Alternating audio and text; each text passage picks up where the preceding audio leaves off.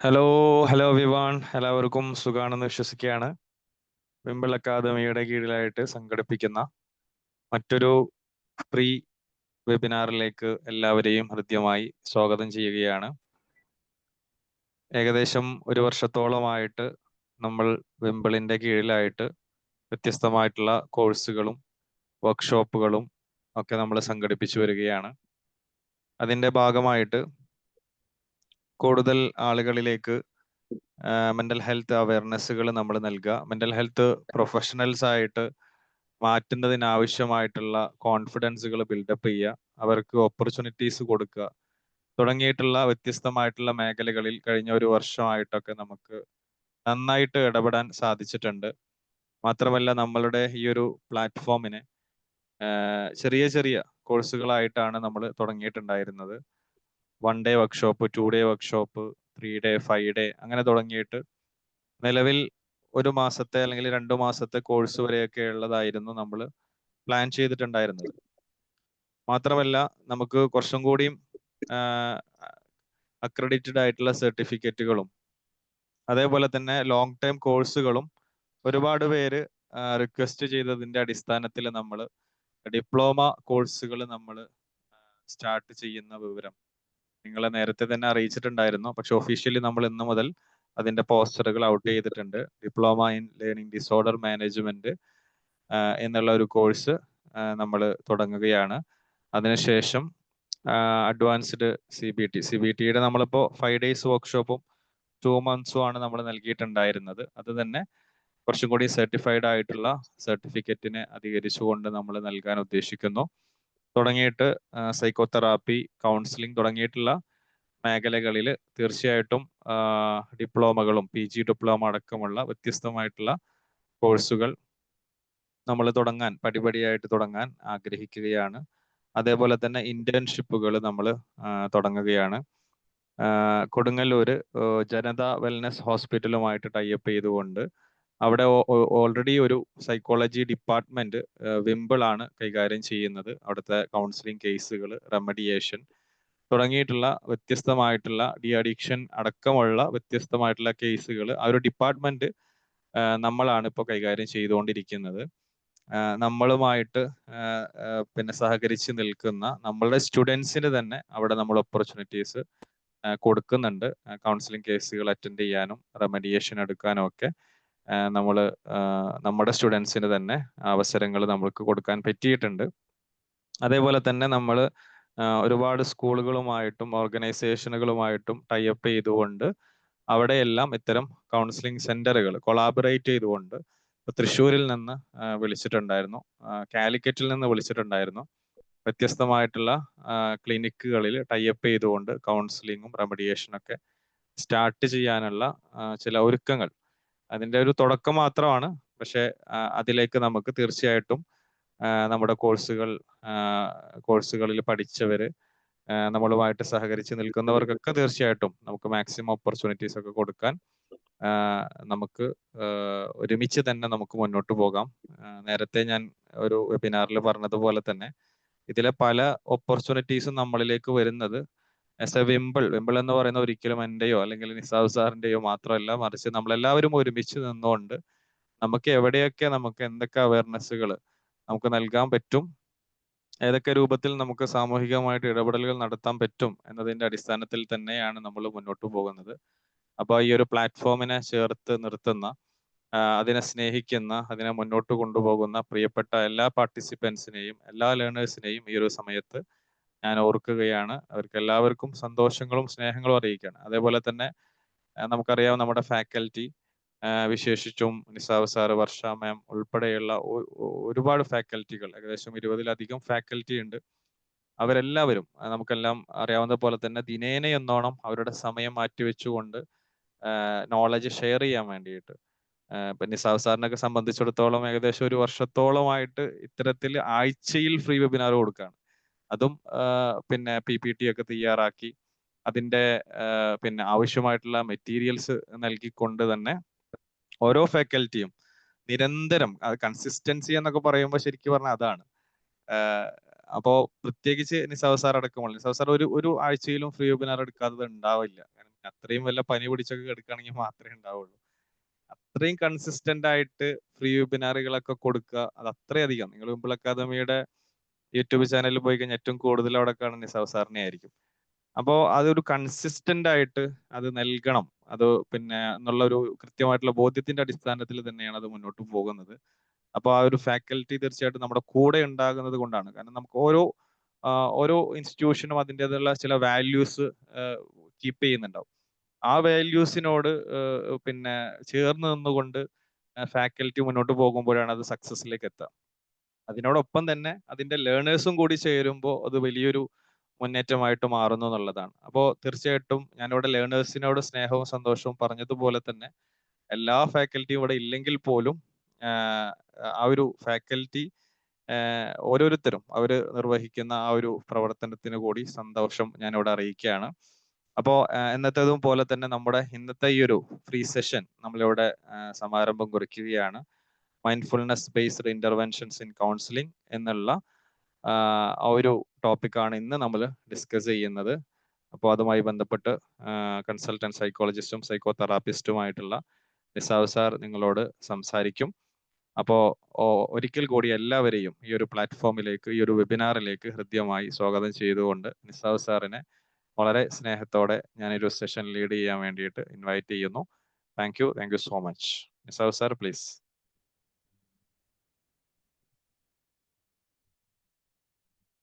Okay, thank you sir. Hello, good evening, നമസ്കാരം. Good evening sir. എന്തെല്ലാം വിശേഷങ്ങളൊക്കെ? Good evening. സുഖായിരിക്കണം. സാറിന് സുഖല്ലേ? സുഖമായിട്ട് പോകുന്നു. പിന്നെ നാട്ടിലൊക്കെ ഇപ്പോൾ നല്ല കാലാവസ്ഥ ആണെന്ന് തോന്നുന്നു അല്ലേ? 2 ദിവസമായിട്ട് മഴയൊന്നും ഇല്ലല്ലോ.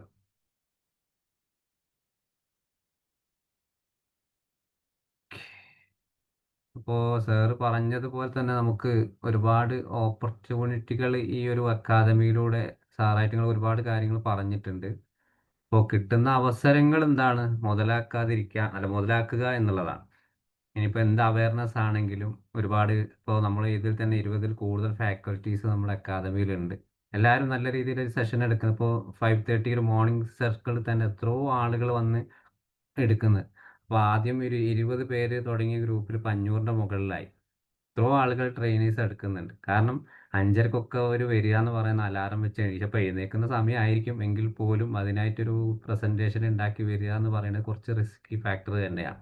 അപ്പോൾ അതുപോലെ ഈ ഒരു പ്ലാറ്റ്ഫോമിൽ നമുക്ക് എവിടേക്ക് പോയി കഴിഞ്ഞാലും ചിലപ്പോൾ നിങ്ങൾ തുടക്കക്കാരായിരിക്കും, കുറേ എക്സ്പീരിയൻസ് ഉണ്ടായിരിക്കും, പക്ഷെ കിട്ടുന്ന അവയർനെസ്സുകൾ എന്താണ്, മാക്സിമം നമ്മൾ യൂസ് ചെയ്യുക എന്നുള്ളതാണ്.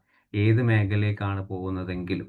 കാരണം ഇപ്പോൾ ഞാനാണെങ്കിലും വേറെ ഒരാളാണെങ്കിലും പറയുന്നത് എന്താണ് കേൾക്കാനുള്ള ഒരു ഇത്, പ്രത്യേകിച്ച് മെൻ്റൽ ഹെൽത്ത് മേഖലയിൽ നമുക്ക് കേൾക്കാൻ ഒരു കഴിവുണ്ടായിരിക്കുക എന്നുള്ളതാണ്. അത് ഒരു സ്കില്ലാണ്. ആ സ്കില്ലാണ് നമ്മുടെ മനസ്സിലേക്ക് ഓട്ടോമാറ്റിക്കായിട്ട് വരുന്നതും അതൊരു പ്രോസസ്സിംഗ് ആയിട്ട് പുറത്തേക്ക് വരുന്നതും. ആ ഒരു പ്രോസസ്സിംഗ് ആണ് ശരിക്കും ഒരു സെഷനിൽ എന്താണ് ആ ക്ലയൻറ്റ്, നമ്മുടെ മുമ്പിൽ വരുന്ന ക്ലയൻറ്റ് യഥാർത്ഥത്തിൽ അവിടെ സംഭവിക്കുന്നത്, ക്ലയൻറ്റ് എന്തൊക്കെ മാറ്റങ്ങളാണ്, നമ്മുടെ കമ്മ്യൂണിക്കേഷൻ സ്കില്ലാണ് അത് പുറത്തേക്ക് വരുന്നത്. ചിലപ്പോൾ നമ്മുടെ നോളജ് കൂടുതലായിരിക്കാം, കുറവായിരിക്കാം, പക്ഷെ എങ്ങനെ നമ്മളത് പ്രസൻറ്റേഷൻ എങ്ങനെയാണ് ആ ക്ലയൻറ്റിന് മുമ്പിൽ, അതുമായിട്ട് റിലേറ്റഡ് ആണ് ഇന്നത്തെ ഈ ഒരു സെഷൻ. കാരണം പല ക്ലയൻറ്റും അല്ലെങ്കിൽ പല സ്റ്റുഡൻസും അല്ലെങ്കിൽ പല ആളുകളും ഒരു സംശയമാണ്, എങ്ങനെയാണ് ഒരു ഈ നമ്മുടെ മുമ്പിലിരിക്കുന്ന ക്ലയൻറ്റിനെ ഒരു പ്രസൻറ്റ് മൊമെൻറ്റിലേക്ക് നമ്മൾ കൊണ്ടുവരിക എന്നുള്ളത് ഭയങ്കര റിസ്ക്കാണ് സാറേ. ഒരു കാരണം കൊണ്ടും ആരും ക്ലയൻറ്റ് നമ്മൾ പറയുന്നത് കേൾക്കുന്നില്ല, അല്ലെങ്കിൽ എന്താണ് അവർ നമ്മുടെ മുഖത്തേക്ക് നോക്കുന്നില്ല, അല്ലെങ്കിൽ കൊളാബറേറ്റ് ചെയ്യുന്നില്ല. ഇങ്ങനെ പല പ്രയാസങ്ങളും നമ്മുടെ ജീവിതത്തിലൊക്കെ എനിക്കും അടക്കമുള്ള ആളുകളെ ഒരുപാട് എക്സ്പീരിയൻസ് ഉണ്ട്. ഒരു ക്ലയൻറ്റിനൊന്ന് മനസ്സിലാക്കുക, നമ്മളെ കൂടെ ഒന്ന് എന്താണ് റാപ്പോ ബിൽഡപ്പ് ചെയ്യാൻ വളരെ റിസ്ക്കാണ്. പക്ഷേ നമ്മൾ ചില ടെക്നിക്കുകൾ നമ്മൾ ഉപയോഗിച്ച് കഴിഞ്ഞാൽ, നമ്മൾ നല്ലൊരു പാത്വേ കൂടെ സഞ്ചരിച്ച് കഴിഞ്ഞാൽ നമുക്ക് എന്തെങ്കിലുമൊക്കെ എന്താണ് ആ ഒരു സെഷന്, നമ്മൾ ആദ്യ സെഷനിലാണ് പ്രധാനമായിട്ടും ആ ഒരു മൊമെൻറ്റ് നമ്മൾ ഉണ്ടാക്കിയെടുക്കേണ്ടത്. അപ്പോൾ കുറച്ച് അതുമായിട്ട് റിലേറ്റഡ് ആയിട്ടുള്ള എന്തൊക്കെ ടെക്നിക്കുകൾ നമ്മൾ ഉപയോഗിക്കാം, ഏതൊക്കെ രീതിയിൽ അവരുമായിട്ട് സംസാരിക്കാം എന്നുള്ളതാണ്. അപ്പോൾ നിങ്ങൾ കേട്ടിട്ടുണ്ടാവും മൈൻഡ്ഫുൾനെസ് എന്ന് പറഞ്ഞാൽ എന്താണ്. നമ്മൾ പറഞ്ഞതുപോലെ തന്നെ അവരുടെ ഇപ്പോഴത്തെ നമ്മുടെ മുമ്പിലിരിക്കുന്ന ആ സമയത്ത് അല്ലെങ്കിൽ എന്ത് പ്രശ്നമാണ് അവരുടെ ജീവിതത്തിൽ ഉള്ളത്, ആ ജീവിതത്തിലെ പ്രസന്റിന് മുമ്പിൽ ആ സാഹചര്യവുമായിട്ട് അവരെ മുന്നോട്ട് കൊണ്ടുപോവുക എന്നുള്ള. ഒരാൾക്ക് ഒരു പ്രശ്നങ്ങൾ വന്നു കഴിഞ്ഞാൽ ആ പ്രശ്നത്തെ ഏത് രീതിയിൽ തരണം ചെയ്യണം എങ്ങനെ ആ സമയത്ത് എങ്ങനെ ആളുകളോട് പെരുമാറണം, എങ്ങനെ അഗ്രസീവ് ആവണം, അല്ലെങ്കിൽ നല്ല രീതിയിൽ ആളുകളോട് ഏതൊക്കെ രീതിയിൽ പെരുമാറണം മനസ്സിലാകുന്ന ഒരു രീതിയാണ് മൈൻഡ്ഫുൾനെസ് എന്ന് പറയും. പക്ഷെ ഇതൊരു ബേസിക് സിറ്റുവേഷൻ ആണ്. പക്ഷെ നമ്മുടെ മുമ്പിൽ എത്തുമ്പോൾ ഒരു ക്ലയന്റ് ഒരു തെറാപ്പിസ്റ്റിന്റെ മുമ്പിൽ എത്തുമ്പോൾ എന്തൊക്കെയാണ്, അയാൾ എങ്ങനെയാണ് ആ തെറാപ്പി സെഷനിലേക്ക് ആ മൈൻഡിലേക്ക് നമ്മൾ കൊണ്ടുവരിക. വളരെയധികം നമുക്ക് കേൾക്കുമ്പോൾ വളരെ സിമ്പിളാണ്, പക്ഷെങ്കിൽ അത് കുറച്ച് ബുദ്ധിമുട്ടായിട്ടുള്ള കാര്യമാണ്.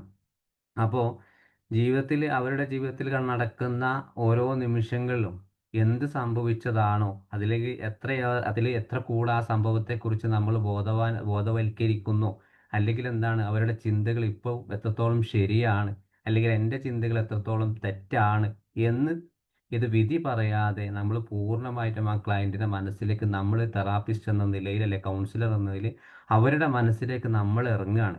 അവർ പൂർണ്ണമായിട്ടും എന്താണ് ഇപ്പം പറയുന്നത്, എന്തും ആയിക്കോട്ടെ, തെറ്റായിക്കോട്ടെ, ശരിയാണ്, നോൺ ജഡ്ജ്മെന്റ് എന്നുള്ള ആ ഒരു വാക്ക് അല്ലെങ്കിൽ ആ വേർഡ് ഉപയോഗിച്ച് അവരുടെ മനസ്സിലേക്ക് നമ്മൾ ഇറങ്ങുന്ന രീതിയാണ് പ്രധാനമായിട്ടും മൈൻഡ്ഫുൾനെസ്സിലുള്ളത്. അപ്പോൾ ഈ മൈൻഡ്ഫുൾനെസ്സിൽ 3 കാര്യങ്ങളാണ് നമ്മൾ പ്രധാനമായിട്ടും ശ്രദ്ധിക്കേണ്ടത്. നമ്മുടെ ചിന്തകൾ, നമ്മുടെ ഫീലിങ്സ്, നമ്മുടെ ബോഡി സെൻസേഷൻ. ഒരു ക്ലയന്റ് നമ്മുടെ മുമ്പിൽ ഇരിക്കുന്നത് 1 മണിക്കൂറാണ്. ഞാൻ എപ്പോഴും പറയാറ്, ഒരു 30 മിനിറ്റ് നമ്മുടെ മനസ്സ് നമ്മുടെ കൂടെ തന്നെ ഉണ്ടായിരിക്കണം. ഒരു ക്ലയന്റ് നമ്മുടെ മുമ്പിൽ ഇറങ്ങിപ്പോയി കഴിയുമ്പോഴേക്കും, അല്ലെങ്കിൽ ആ ഒരു സെഷൻ ആരംഭിച്ചു കഴിഞ്ഞാൽ ക്ലയന്റിനെ കുറിച്ച് നമ്മൾ ചിന്തിച്ചു തുടങ്ങണം. ഈ ഒരു സെഷൻ അവസാനിക്കുന്നതിന് മുമ്പ് ഞാൻ എന്താണ് ഈ ഒരു ക്ലയന്റിന് കൊടുക്കേണ്ടത്, ഒരു ആക്ടിവിറ്റീസ് ആണ് ഈ സെഷൻ എന്നെ കൊണ്ട് അവസാനിപ്പിക്കാൻ കഴിയുക എന്നിങ്ങനെയുള്ള ചിന്തകൾ നമ്മുടെ മനസ്സിൽ എപ്പോഴും വേണം. ആ സമയത്ത് എന്താണ്, നമ്മുടെ ഒരു മൊബൈലിൽ ഒരു കോൾ വന്നു, അല്ലെങ്കിൽ അപ്പുറത്തുനിന്ന് ഒരു മെസ്സേജ് വന്നു, അയാളിങ്ങനെ വെറുതെ നോക്കി നിൽക്കുന്നു, അതൊന്നുമല്ല. ആ ഒരു പ്രസന്റ് മൊമെന്റ് നമുക്ക് അവർക്കായിട്ട് കൊടുക്കുക എന്നുള്ളതാണ്. നിങ്ങൾ എടുക്കുന്നത്, വീണ്ടും റിപ്പീറ്റ് ചെയ്യാണ്, 1 മണിക്കൂറോ 2 മണിക്കൂർ, അറ്റ്ലീസ്റ്റ് ഒരു 20-35 മിനിറ്റ് എങ്കിലും നമുക്ക് അവർക്ക് വേണ്ടി നമ്മുടെ മൈൻഡ് ഒന്ന് സെറ്റ് ആക്കുക എന്നുള്ളതാണ്. പിന്നെ അതിൻ്റെ കൂടെ തന്നെ നമ്മുടെ ഫീലിങ്സ് അവർ പറയുന്നത് കേട്ടിട്ട് ചില ആളുകൾക്ക് നമുക്കെന്താണ്, പിന്നെ ചില ആളുകൾ സങ്കടത്തോടെ പറയുമ്പോൾ ഓവറായിട്ട് നമ്മളും അതിൽ അങ്ങോട്ട് അടിഞ്ഞു പോവുകയാണ്. സങ്കടത്തോടെ നമുക്കൊരു വിങ്ങിപ്പൊട്ടലാണ്. എന്താ വെച്ചാൽ നമ്മുടെ കണ്ണിൽ നിന്നൊക്കെ വെള്ളം വരും, അല്ലെങ്കിൽ എന്താണ് അവർ പറയുന്നത് പൂർണ്ണമായിട്ടും ശ്രദ്ധിക്കാൻ പറ്റാത്ത ഒരവസ്ഥ. കാരണം അവർക്ക് അത്രയും ബുദ്ധിമുട്ടായിരിക്കും ആ ക്ലയൻറ്റ് അനുഭവിച്ചിട്ട്. പ്രത്യേകിച്ച് ഒരു NPDക്ക് ഒരു വിക്ടിംസ് ഒക്കെ ആണ് നിങ്ങളുടെ മുമ്പിൽ എത്തിയിട്ടുണ്ടെങ്കിൽ, ചിലപ്പോൾ ഒരു 5 സിനിമ കഥ എഴുതാൽ പോലുമുള്ള കഥകൾ അവരെ കയ്യിലുണ്ടാവും. അത്രയും ദയനീയമായിരിക്കും അവരെ അവസ്ഥകൾ. അപ്പോൾ അതൊക്കെ കേൾക്കുമ്പോൾ നമ്മുടെ മനസ്സൊന്ന് വല്ലാതെ അങ്ങ് തളർന്നു പോകും. പക്ഷേ ഈ ഒരു സാഹചര്യത്തിൽ എന്താണ്, I am a professional therapist അല്ലെങ്കിൽ കൗൺസിലർ എന്നുള്ള ബോധം, നമ്മുടെ ഫീലിങ്സ് എന്താണ്, അതൊരു ബോഡി സെൻസേഷനിൽ കൂടിയാണ് അവരെ അറിയിക്കേണ്ടത്. നമുക്ക് എന്താണ് ഫീലിങ്സ് അവിടെ കിട്ടിയത്, സങ്കടത്താളം ഒന്ന് ജസ്റ്റ് ഒന്ന് കൂടെ ഒന്ന് ഫ്രണ്ടിലേക്ക് ചെയ്യുക, ചാഞ്ഞിരിഞ്ഞിട്ടോ, അവരെവിടെയാണ് ഇരിക്കുന്നത് ആ ഒരു ബോഡി സെൻഷനാണ്. പിന്നെ അതേപോലെ അവരെ മുഖത്തേക്ക് നോക്കിയിരിക്കുക എന്ന് പറയുന്നത് എന്താണ്, കൂടുതൽ ഒരുപാട് അങ്ങോട്ട് ഐ കോണ്ടാക്ട് എടുക്കണമെന്നില്ല. ജസ്റ്റ് ഒന്ന് വേണമെങ്കിൽ എന്താണ്, ഒരു സെന്റർ പൊസിഷനിൽ പോലെ എന്താണ് കണ്ണിന്റെ 2 ഭാഗം ഇടയിൽ നോക്കാം. ഇതൊക്കെ നമ്മൾ മുമ്പ് പറഞ്ഞതാണ്. പക്ഷെ എന്താണ്, നമ്മളിങ്ങനെ ബാക്കോട്ട് ഒരുപാട് ചെരിഞ്ഞിരിക്കുക, ഇടയ്ക്കിടയ്ക്ക് കൈ കൊണ്ട് തല ചൊറിയുക, അല്ലെങ്കിൽ ഇടയ്ക്കിടയ്ക്ക് നമ്മൾ പിന്നെ ഫോൺ എടുത്ത് തന്നാൽ അങ്ങോട്ടും ഇങ്ങോട്ടും എടുത്ത് വെക്കുക, അല്ലെങ്കിൽ ഒരു പെണ്ണ് നമ്മുടെ കയ്യിലുണ്ടെങ്കിൽ അത് പേപ്പറിൽ കുത്തി വരയ്ക്കുക. ഇതൊക്കെ നമ്മുടെ ബോഡി സെൻസേഷനിൽ നെഗറ്റീവ് ഇമ്പാക്റ്റുകളാണ്. വേണമെങ്കിൽ നമുക്ക് റിപ്പോർട്ടുകൾ എഴുതാൻ വേണ്ടി ഇടയ്ക്കിടയ്ക്ക് എന്താണ് അവർ പറയുന്നതിൽ ഇടയ്ക്ക് ഒരു ഓർമ്മ വെച്ച് ജസ്റ്റ് ഒരു നോട്ട് പോലെ എഴുതാം. പക്ഷെ അതിൽ കൂടെ ചില ആളുകൾ എന്താണ് നമ്മൾ എഴുത്ത് തന്നെ ശ്രദ്ധ ഉണ്ടാകും. ഇതൊക്കെ എന്താണ് നമ്മൾ ശ്രദ്ധിക്കേണ്ട കാര്യങ്ങൾ. ഇതൊക്കെ എന്താണ്, ആ ഒരു ക്ലയന്റിനെ പ്രസന്റ് മൊമെന്റിലേക്ക് കൊണ്ടുവരാൻ എന്താണ് അവർക്ക് കഴിയില്ല. അവർക്ക് തന്നെ ബോറായി തുടങ്ങും. കുറെ പറഞ്ഞു ഇയാൾ ശ്രദ്ധിക്കുന്നില്ല എന്നുള്ള ഒരു തോട്ട് അവിടെ വരും. അപ്പോൾ ഒന്ന് ശ്രദ്ധിക്കുക, നമ്മുടെ ചിന്തകൾ എങ്ങോട്ടാണ് പോകുന്നത്, നമ്മുടെ ഫീലിങ്സ്, അതേപോലെ ബോഡി സെൻസേഷൻ, ഇതിപ്പോൾ 3 പ്രധാനപ്പെട്ട കാര്യങ്ങളാണ്.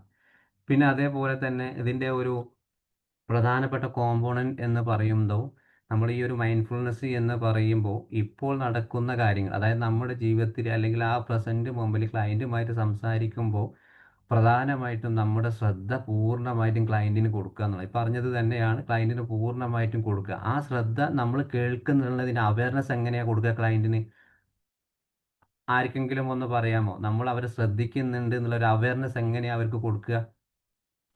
Sir, anyone? ഇടയ്ക്കിടയ്ക്ക് അവർക്ക് നമ്മളിങ്ങനെ ആ അങ്ങനെ നമ്മൾ ശ്രദ്ധിക്കുന്നുണ്ട് എന്നുള്ള ചില സൗണ്ടുകൾ ഉണ്ടാക്കുമല്ലോ, അത് ശരി എന്നൊക്കെ അവര് പറഞ്ഞു. പറയുന്നത് പിന്നെ നമ്മൾ അവര് അവര് പറയുന്ന പറയുന്നത് ഒന്നും കൂടെ റിപ്പീറ്റ് ചെയ്യും. ആവർത്തിച്ച് പറഞ്ഞിട്ട്. യെസ്, ആഷിത പറഞ്ഞത് വളരെ കറക്റ്റ് ആണ്. പിന്നെ ജീഷ പറഞ്ഞത് അത് പിന്നെ അത് ഫൈനൽ നമ്മൾ കേസ് പിന്നെ അത് പാരഫ്രൈസ് ചെയ്യാണ്, അത് പൂർണ്ണമായും കേട്ട് പാരഫ്രൈസ് ഷോർട്ടൊക്കെ ചെയ്യാം. ടൈപ്പ്. പക്ഷെ ആഷിത പറഞ്ഞിട്ട് വളരെ കറക്റ്റ്, ഇടയ്ക്കിടയ്ക്ക് ഒരു മൂളൽ ആണോ അതെയോ വല്ലാത്തൊരു സങ്കടമായി പോയി ചെയ്യുമല്ലോ. എന്നുള്ള രീതിയിൽ എന്താണ് ആ അവയർനെസ് നമ്മൾ അവരെ പൂർണ്ണമായിട്ടും ശ്രദ്ധിക്കുന്നുണ്ട് എന്നുള്ളത് കൊടുക്കുക. പിന്നെ അതേപോലെ എന്താണ് നോൺ ജഡ്ജ്മെൽ ഒബ്സർവേഷൻ, അവിടെയാണ് ജിഷ പറഞ്ഞിട്ടുള്ള കാര്യം. അവരുടെ പറയുന്ന തീരുമാനങ്ങളൊന്നും തെറ്റല്ല, അത് പൂർണ്ണമായിട്ടും ശരിയുമല്ല എന്നുള്ള രീതി നമ്മൾ മനസ്സിലാക്കിയിട്ട് എന്താണ് അവരെ കുറ്റപ്പെടുത്താതെ പൂർണ്ണമായിട്ടും നമ്മൾ അതൊക്കെ പൂർണ്ണമായി കേട്ടു എന്ന് അർത്ഥമാക്കി, നിങ്ങൾ പറഞ്ഞിട്ടുള്ള കാര്യങ്ങളൊക്കെ എങ്ങനെയൊക്കെയാണ്, അയാളിൽ നിന്ന് ബുദ്ധിമുട്ടുണ്ടായത് ഈ രീതിയിലാണ്, നിങ്ങൾക്ക് മാനസികമായിട്ട് പ്രയാസം ഉണ്ടായത് ആ ഒരു സാഹചര്യത്തിലാണ്, അല്ലെങ്കിൽ ചുരുക്കി എന്താണ് പറയുക എന്നുള്ളതാണ് ഈ ഒരു ജഡ്ജ്മെന്റ് ഒബ്സർവേഷൻ. അത് നമ്മളായിട്ട് അവർക്ക് ഉണ്ടായി കൊടുക്കുക. നമ്മൾ ഈ പറയുന്നത് കേട്ട് കഴിഞ്ഞ ക്ലയന്റിന് തോന്നണം ഞാൻ പൂർണ്ണമായിട്ട് പറയുന്നത് അയാൾക്ക് ഏകദേശം എന്തൊക്കെയൊക്കെ മനസ്സിലായിട്ടുണ്ടെന്ന്. പിന്നെ അടുത്തത് എന്താ, ഇന്റൻഷൻ ഫോക്കസ് എന്നുള്ളതാണ്. അത് വളരെ ഇമ്പോർട്ടൻ്റ് ആണ്. ക്ലയന്റ് നമ്മുടെ മുമ്പിൽ വന്നു കഴിഞ്ഞപ്പോൾ ക്ലയന്റിന് എന്താണ് പറയാനുള്ള ഒരു ഇന്റൻഷൻ ഉണ്ടാവും മാനസികമായിട്ട്. ഞാനൊരു പ്രശ്നമാണ് വരാൻ താല്പര്യമായിട്ട് ഈ ഒരു ക്ലയന്റിന്റെ അല്ലെ ഈ ഒരു തെറാപ്പിസ്റ്റിന്റെ അടുത്ത് വന്നിട്ടുള്ളത്, അല്ലെങ്കിൽ കൗൺസിലറിന്റെ വന്നിട്ടുള്ളത്. ആ ഒരു സിറ്റുവേഷൻ നമ്മളായിട്ട് ഉണ്ടാക്കണം. ചിലപ്പോൾ നമ്മൾ വന്ന ഉടനെ എന്താണ് നിങ്ങളെ പ്രശ്നം പറയൂ, പിന്നെ എവിടെ നിന്നാണ് വരുന്നതൊക്കെ ചോദിക്കുന്നതിനൊക്കെ ചിലപ്പോൾ നിങ്ങൾക്ക് വല്ലാതെ സങ്കടമാണെന്ന് തോന്നി. ചിലപ്പോൾ അയാൾ പറയുന്നതിന് മുമ്പ് തന്നെ ഒരുപാട് ചോദ്യങ്ങൾ അങ്ങോട്ട് ചോദിക്കുകയാണ്.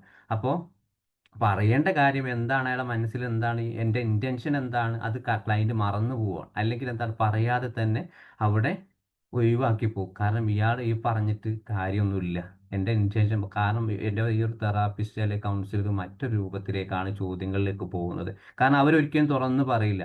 ഈ ഒരു അവർക്ക് എന്താണ് ഈ ഒരു നമ്മുടെ ചോദ്യം അസ്ഥാനത്താണ് കറക്റ്റായിട്ട് നമുക്ക് തോന്നണമെങ്കിൽ എന്താണ് അവർ അവിടെ തല താഴ്ത്തിയിരിക്കും. അല്ലെങ്കിൽ എന്താണ് രണ്ട് കൈകൾ എടുത്ത് ചേർന്ന് അവരെ നമ്മുടെ ഫ്രണ്ട് ഡെസ്കിൽ വെച്ചിട്ടുള്ള കൈകളാണെങ്കിൽ നേരെ എന്താണ് അവരെ കാൽമുട്ടിൽ അവിടേക്ക് വെച്ചിട്ടുണ്ടാവും. കാരണം എന്താണ് നമ്മളെ ചോദ്യങ്ങൾ എന്താണ് അസ്ഥാനത്താണ്. ഇവിടെയാണ് ബോഡി സെൻസേഷൻ എന്ന് പറഞ്ഞിട്ടുള്ള കാര്യങ്ങൾ, നമ്മൾ പറയുന്ന കാര്യങ്ങൾ അവിടെ ബോഡി സെൻസേഷൻ എഫക്റ്റ് ചെയ്യാണ്. അപ്പോൾ ഈ ഒരു ഇന്റൻഷൻ എന്താണ്, ആദ്യമായിട്ട് വന്ന ഉടനെ തന്നെ എന്താണ് അവരോട് നിങ്ങൾ എന്തിനാണ് വന്നിട്ടുള്ളത്, എന്താണ് നിങ്ങളുടെ നിലവിലുള്ള പ്രയാസങ്ങൾ, എന്തൊക്കെയാണ് നിങ്ങൾ അനുഭവിക്കുന്നത്, ആരുടെ ഭാഗത്താണ് വന്നിട്ടുള്ളത്, ഒരു സിമ്പിൾ ആയിട്ടുള്ള എന്താണ് ഒരു ഓപ്പൺ എൻഡഡ് ക്വസ്റ്റ്യൻ പോലെ ചോദിച്ചു കഴിഞ്ഞാൽ എന്താണ് ആൾക്ക് വളരെ കുറച്ച് എൻകറേജ് കൂടാനുള്ള സാധ്യതയുണ്ട്. അപ്പം അതേപോലെ തന്നെ സെൽഫ് കമ്പാഷൻ ആൻഡ് പാഷൻ എന്ന് പറയുന്നത്. ഇവിടെ നമ്മൾ പല ക്ലയൻറ്റുകളും വരുന്ന സമയത്ത് നമ്മൾ എപ്പോഴും ചെയ്യേണ്ടത് ആദ്യമായിട്ടൊരു ഒരാളെ മീറ്റ് ചെയ്യുന്ന ക്ലയൻറ്റിൻ്റെ കൂടെയുള്ള ആളുകളെയല്ല. അവർ ക്ലയൻറ്റിനെ അറ്റ്ലീസ്റ്റ് ആദ്യത്തെ ഒരു 10 മിനിറ്റ് നമ്മളുമായിട്ട് അഡ്മിഷൻ എടുത്തു, സെഷൻ എടുത്തു, ഇന്ന സമയത്ത് ടൈം ഫിക്സ് ചെയ്ത സമയത്ത് ക്ലയൻറ്റ് എന്താണ് ഫാമിലിൻ്റെ കൂടെ ഉണ്ടെങ്കിൽ ക്ലയൻറ്റുമായിട്ട് ആദ്യം നമുക്ക് സംസാരിക്കാം, എന്തൊക്കെ ചോദിക്കാൻ. ഇത് നമുക്ക് അവർക്കുമായിട്ട് റിലേറ്റഡ് ആയിട്ടുള്ള കാര്യം കിട്ടാതിരിക്കുമ്പോൾ മാത്രമാണ് ഫാമിലിയിലേക്ക് പോകുന്നത്. പിന്നെ ഫാമിലിയുടെ ഡേറ്റ് നമുക്ക് എടുക്കാം, കാരണം ഇയാൾ പറഞ്ഞത് എത്രത്തോളം സത്യമാണ്, എത്രത്തോളം സപ്പോർട്ടീവായി ഫാമിലിയിൽ നിന്ന് കിട്ടുന്നുണ്ട്, എന്തൊക്കെയാണ് യഥാർത്ഥ ഡെയിലി ലൈഫിൽ അനുഭവിക്കുന്ന പ്രയാസങ്ങളൊക്കെ ഫാമിലി നമുക്ക് എടുക്കേണ്ടതുണ്ട്. പക്ഷെ നമ്മളെന്താണ് ആ ഒരു ചാൻസസ് ആദ്യം ഫസ്റ്റ് കൊടുക്കേണ്ടത് ക്ലയൻറ്റിന് തന്നെയാണ്. അവിടെ നമ്മൾ കമ്പാഷൻ ആയിരിക്കും, സ്വയം സ്നേഹം പ്രകടിപ്പിക്കാനുള്ള ആദ്യത്തെ നിമിഷങ്ങളാണ്. അതേപോലെ നമുക്കൊരു ക്ഷമ ഉണ്ടാക്കിയെടുക്കാനും പറ്റുന്ന സാഹചര്യങ്ങളാണ്. അത് മാക്സിമം നമ്മൾ യൂട്ടിലൈസ് ചെയ്യുക. 10 മിനിറ്റ് ആണെങ്കിൽ 10 മിനിറ്റ്, കിട്ടുന്നത് 5 മിനിറ്റാണ്. ക്ലയൻറ്റ് ഒന്നും പറയുന്നില്ല. നമ്മൾ CBTയിൽ ഒരുപാട് ടെക്നിക്കുകൾ പഠിച്ചിട്ടുണ്ട്, നെഗറ്റീവായിട്ടുള്ള ചിന്തകൾ ആ ടെക്നിക്കുകളൊക്കെ മാക്സിമം നമുക്ക് ഉപയോഗിക്കാം. പക്ഷെ എന്താണ് അതിന് ഉപയോഗിക്കുന്നതിന് മുമ്പ് എന്താണ് ക്ലയൻറ്റിൻ്റെ ഡീറ്റെയിൽസ് ഡയറക്റ്റ് ആയിട്ട് നമ്മൾ സംസാരിക്കണം എന്നുള്ളതാണ്. ഇനി അടുത്തത്, ഈ ഒരു മൈൻഡ്ഫുൾനെസ്സിൽ ഒരുപാട് എത്തിക്കൽ പ്രിൻസിപ്പിൾ ഉണ്ട്. നമ്മൾ കുറേ ശ്രദ്ധിക്കേണ്ട, അതിൽ കൂടെ തന്നെ ശ്രദ്ധിക്കേണ്ട കാര്യങ്ങൾ. ഇതുവരെ ഓക്കെ അല്ലേ? Yes, sir. Any question? ഇല്ലെങ്കിൽ നമുക്ക് തുടരാം, ലാസ്റ്റിലേക്ക് ആക്കാം ഒരു ഡിസ്കഷൻ. ഓക്കെ. അപ്പോൾ അടുത്തത് നമ്മൾ പറഞ്ഞതിൽ പ്രധാനമായിട്ട് നമ്മൾ ശ്രദ്ധിക്കേണ്ട കുറച്ച് കാര്യങ്ങളുണ്ട്. അപ്പോൾ ഒരു കൗൺസിലിംഗ് ആദ്യ സെഷനിൽ തന്നെ നമ്മൾ ശ്രദ്ധിക്കേണ്ട കാര്യം പ്രധാനമായിട്ട് ഒന്ന് ജസ്റ്റിസ് ആണ്. ജസ്റ്റിസ് മീൻസ് നമ്മൾ ക്ലയൻറ്റിന് ഒരു നീതിബോധം നമ്മൾ ഉണ്ടാക്കി കൊടുക്കുക എന്നുള്ളതാണ്. അവിടെ നീതിബോധം എന്ന് പറയും, നീതിത്വം, ജസ്റ്റിസ് എന്ന് പറയുമ്പോൾ അവിടെ നമ്മൾ പ്രധാനമായിട്ട് ശ്രദ്ധിക്കേണ്ടത് ഒന്ന് അയാൾ എവിടെ നിന്നാണ് വന്നിട്ടുള്ളത്, ഒരു ജാതി മതം ഭേദമന്യേ അല്ലെങ്കിൽ സ്റ്റാറ്റസ് നോക്കിയിട്ട്, അല്ലെങ്കിൽ എന്താണ് അയാൾ പണക്കാരനാണ്, അയാൾ എഡ്യൂക്കേറ്റഡ് ആണ്, ഇങ്ങനെ പല രീതിയിലുള്ള ആളുകൾ നമ്മളെടുത്ത് വരും. പക്ഷെ എന്താണ് നമുക്ക് എല്ലാവരും ഒരുപോലെയാണ് എന്നുള്ള ഒരു നീതി ഒരു ക്ലയന്റിന് നമ്മൾ ഉണ്ടാക്കി കൊടുക്കുക. ചിലപ്പോൾ പല സാഹചര്യങ്ങൾ, ചിലപ്പോൾ സാധാരണക്കാർ വന്നിട്ടുണ്ടാവും, ഹൈ ആയിട്ടുള്ള ക്ലയന്റും വെയിറ്റിംഗ് ലിസ്റ്റിൽ ഉണ്ടാവും. പക്ഷെ നമ്മൾ ആദ്യം ശ്രദ്ധിക്കുക എന്താ, നമുക്ക് ഇയാൾ കുറച്ച് പ്രയോറിറ്റി കൊടുക്കാം എന്നുള്ള തോട്ട് അവിടെ ഉണ്ടാവും. പക്ഷെ അതെന്താണ്, ഇതൊക്കെ നമ്മുടെ ഒരു കൗൺസിൽ സെഷനിൽ ഇമ്പാക്ട് ചെയ്യുന്നതാണ്, മോശമായിട്ട് നെഗറ്റീവ് ആയിട്ടുള്ള ആളുകൾ. ചിലപ്പോൾ ആ ഒരു പിന്നെ എഡ്യൂക്കേറ്റഡ് ആയിട്ടുള്ള ആൾ അല്ലെങ്കിൽ ഹൈ സ്റ്റാറ്റസ് ഉള്ള ആൾ ചിലപ്പോൾ നമ്മൾ കൗൺസിലൊക്കെ പോയി അയാൾ അങ്ങോട്ട് പോകും. പക്ഷെ അയാൾ എന്താണ് ചിലപ്പോൾ പല അഭിപ്രായങ്ങൾ പറയും, ചിലപ്പോൾ അറ്റ്ലീസ്റ്റ് നമ്മളെ പേരൊക്കെ എടുത്തായിട്ട് വിളിക്കുക. പക്ഷേ സാധാരണക്കാർ വരുന്ന സമയത്ത് അവർക്ക് ചിലപ്പോൾ നമ്മൾ ഡോക്ടറായിട്ടോ അല്ലെങ്കിൽ സാറായിട്ടോ മാഡം ആയിട്ടോ അങ്ങനെയൊക്കെ ആയിട്ട് അവർ വിളിക്കുക. അപ്പോൾ ഈ ഒരു സാഹചര്യം എന്താണ്, നമ്മളവിടെ മാക്സിമം നമ്മൾ ഉപയോഗിക്കും, ഇവർക്കൊക്കെ ഇങ്ങനെ കൊടുത്താൽ മതി എന്നുള്ളത്. പക്ഷെ അത് വേണ്ട. കാരണം നമ്മൾ ഉണ്ടാക്കുന്ന ഒരു നീതി ബോധം അത് ക്ലയന്റിന് എപ്പോഴും എഫക്റ്റീവാണ്. സാധാരണക്കാരായാലും ആരായാലും നമ്മൾ ഒരേപോലെ കാണാനുള്ള ഒരു മെന്റാലിറ്റി, നമുക്ക് ഈക്വാലിറ്റി പാടില്ല, സെയിം എല്ലാവർക്കും ഒരേപോലെ കൊടുക്കുക എന്നുള്ളതാണ്. ഇനി അടുത്തത് ഓട്ടോണമി. ഓട്ടോണമി എന്ന് പറയുമ്പം ഒരു സ്വാതന്ത്ര്യം ഉണ്ടാക്കി കൊടുക്കുക എന്നുള്ളതാണ്. അവർക്ക് നമ്മളോട് സംസാരിക്കുന്ന സമയത്ത് അവരുടെ ചിന്തകളെയും തീരുമാനങ്ങളെയും എന്താണ് നമ്മൾ എന്തും പറയാനുള്ള ഒരു ഓപ്പൺ സ്പേസ് ആക്കി കൊടുക്കുക എന്നുള്ളതാണ്. നമ്മളോട് അവർക്ക് പറയണം. ചിലപ്പോൾ നേരത്തെ പറഞ്ഞതുപോലെ അവർക്ക് ചില സാഹചര്യങ്ങൾ നമ്മളോടൊന്നും പറയാനില്ല എങ്കിൽ പോലും എന്താണ് എന്തും പറയാനുള്ള ഒരു ഒരു ബ്രദറിനെ പോലെയോ അല്ലെങ്കിൽ എന്താ നിങ്ങളുടെ ഏറ്റവും ബെസ്റ്റ് ആയിട്ടുള്ള കൂട്ടുകാരനെ പോലെയോ, നിങ്ങൾക്ക് എന്താണ് എന്നിൽ എന്താണ് നിങ്ങൾക്ക് പറയാനുള്ളത് എന്നോട് പറയാം. ആ ഒരു ഫ്രീഡം നമ്മൾ ഉണ്ടാക്കി കൊടുക്കണം. ആ ഫ്രീഡം എങ്ങനെ ഉണ്ടാക്കിയെടുക്കുക, അവരുടെ പേഴ്സണൽ ലൈഫിലേക്ക് പോയി കഴിഞ്ഞാൽ നമുക്കത് ഓട്ടോമാറ്റിക് ആയിട്ട് വരും. അവരുടെ ജീവിതത്തെക്കുറിച്ച് നമ്മൾ അറിയണം, എവിടെ നിന്നാണ് അവർ വരുന്നത്, ഇത്ര കാലം അവർ അനുഭവിച്ചിട്ട് വേദനകളെ കുറിച്ച് നമ്മൾ ചോദിക്കണം. ആ ചോദ്യങ്ങൾ ചിലപ്പോൾ നമുക്കൊരു എഴുത്തിലെ ജേണലിലേക്ക് കൂടെ ആയിരിക്കും നമുക്ക് കിട്ടുക, അല്ല ഒരു കരച്ചിലൂടെ ആയിരിക്കും കിട്ടുക. ആ കരച്ചിൽ കേൾക്കുന്ന സമയത്ത് നമ്മൾ ജസ്റ്റ് ഒന്ന് എഴുന്നേറ്റ് പോയിട്ട് ഒരു തലോടൽ കൊടുത്തു കഴിഞ്ഞാൽ, ഒരു ഷോൾഡറിന് ഒരു പിടുത്തം, അല്ലെങ്കിൽ ആ കൈക്കൊന്ന് പിടുത്തം കഴിഞ്ഞാൽ നമ്മൾ ഈ പറഞ്ഞിട്ടുള്ള ഓട്ടോണമി അത് ഓട്ടോമാറ്റിക് ആയിട്ട് വരും. അവർക്ക് എന്തും നമ്മളോട് പറയാനുള്ള സ്പേസ് അത് അവിടെ ഉണ്ടാവും. അതേപോലെ എന്താണ് മാക്സിമം എന്താണ് ഒരു സെഷനിൽ നമ്മൾ ശ്രദ്ധിക്കുക. കാരണം ഇതൊക്കെ മൈൻഡ്ഫുൾനെസ് ചില ആളുകൾ കേൾക്കുമ്പോൾ തന്നെ എന്താണ് അവിടെ ബ്രീത്തിങ് എക്സസൈസാണ് കൊടുക്കേണ്ടത്, അതേപോലെ PMR കൊടുക്കേണ്ടത്, ബോഡി സ്കാനിങ് കൊടുക്കേണ്ടത്, ഇതൊക്കെ അതിൽ പെട്ടതിന്. പക്ഷെ അതിനപ്പുറം എന്താണ് ഒരു പ്രസന്റ് മൊമെന്റ് ഉണ്ടാക്കുക എന്നുള്ളത് നമ്മുടെ ബോഡിയിൽ ഉണ്ടാവുന്ന, കമ്മ്യൂണിക്കേഷനിൽ ഉണ്ടാവുന്ന, നമ്മൾ പ്രസന്റേഷൻ മോഡിൽ ഉണ്ടാവുന്ന വ്യത്യാസങ്ങളാണ്. അത് ആദ്യം മനസ്സിലാക്കിയതിന് ശേഷം മാത്രമേ ഈ പറഞ്ഞിട്ടുള്ള ടെക്നിക്കലി ആയിട്ടുള്ള ആക്ടിവിറ്റീസ് അവിടെ കൊടുക്കാൻ പറ്റൂ. ഇനി അടുത്തത് നോൺ മെയിൽഫിഷ്യൻസ് എന്ന് പറയുമ്പോൾ അവിടെ ഇവർ ഹാനി അവർക്ക് ഹാനികരമായിട്ട് എന്താണ് വളരെയധികം ബുദ്ധിമുട്ടുണ്ടാക്കുക എന്നുള്ളതാണ്. അപ്പോൾ ചില ആളുകൾക്ക് എന്താണ് ഇമ്പൾസീവ് ആയിട്ടുള്ള ഒരു സ്വഭാവം ഉണ്ടാവും, അല്ലെങ്കിൽ ഈ സൂയിസൈഡ് തോട്ടുള്ള ആളുകൾ നമ്മുടെ മുമ്പിൽ വരും. അപ്പോൾ അവിടെ വരുന്ന സമയത്ത് എന്താണ് അവർക്ക് നിങ്ങൾ എന്തിനാ അങ്ങനെ ചെയ്യാൻ പോയി, ഒക്കെ മരിച്ചു കഴിഞ്ഞാൽ ആത്മഹത്യ ചെയ്ത് നിങ്ങളുടെ ജീവിതം ഒക്കെ നശിച്ചു പോയില്ലേ, അല്ലെങ്കിൽ അങ്ങനെയൊക്കെ ചിന്തിക്കാൻ പാടുണ്ടോ, അല്ലെങ്കിൽ ഇങ്ങനത്തെ പ്രവൃത്തിയൊക്കെ ആരെങ്കിലും ചെറിയൊരു ബുദ്ധിമുട്ടല്ലേ വന്നിട്ടുള്ളൂ, ഇങ്ങനെയൊക്കെ ആരെങ്കിലും ചെയ്യാറുണ്ട്, അങ്ങനെ പലതരത്തിലുള്ള നമുക്ക് നോർമൽ ആയിട്ടുള്ള ടോക്കുകൾ വരും. പക്ഷെ എന്താണ് ഈ ഒരു കാര്യത്തിൽ എന്താണ് അത് നമ്മൾ അവിടെ മാക്സിമം അവിടെ കൊടുക്കുന്നതിന് പകരം ഒരു സൈക്കോ എഡ്യൂക്കേഷൻ അവിടെ കൊടുക്കുക.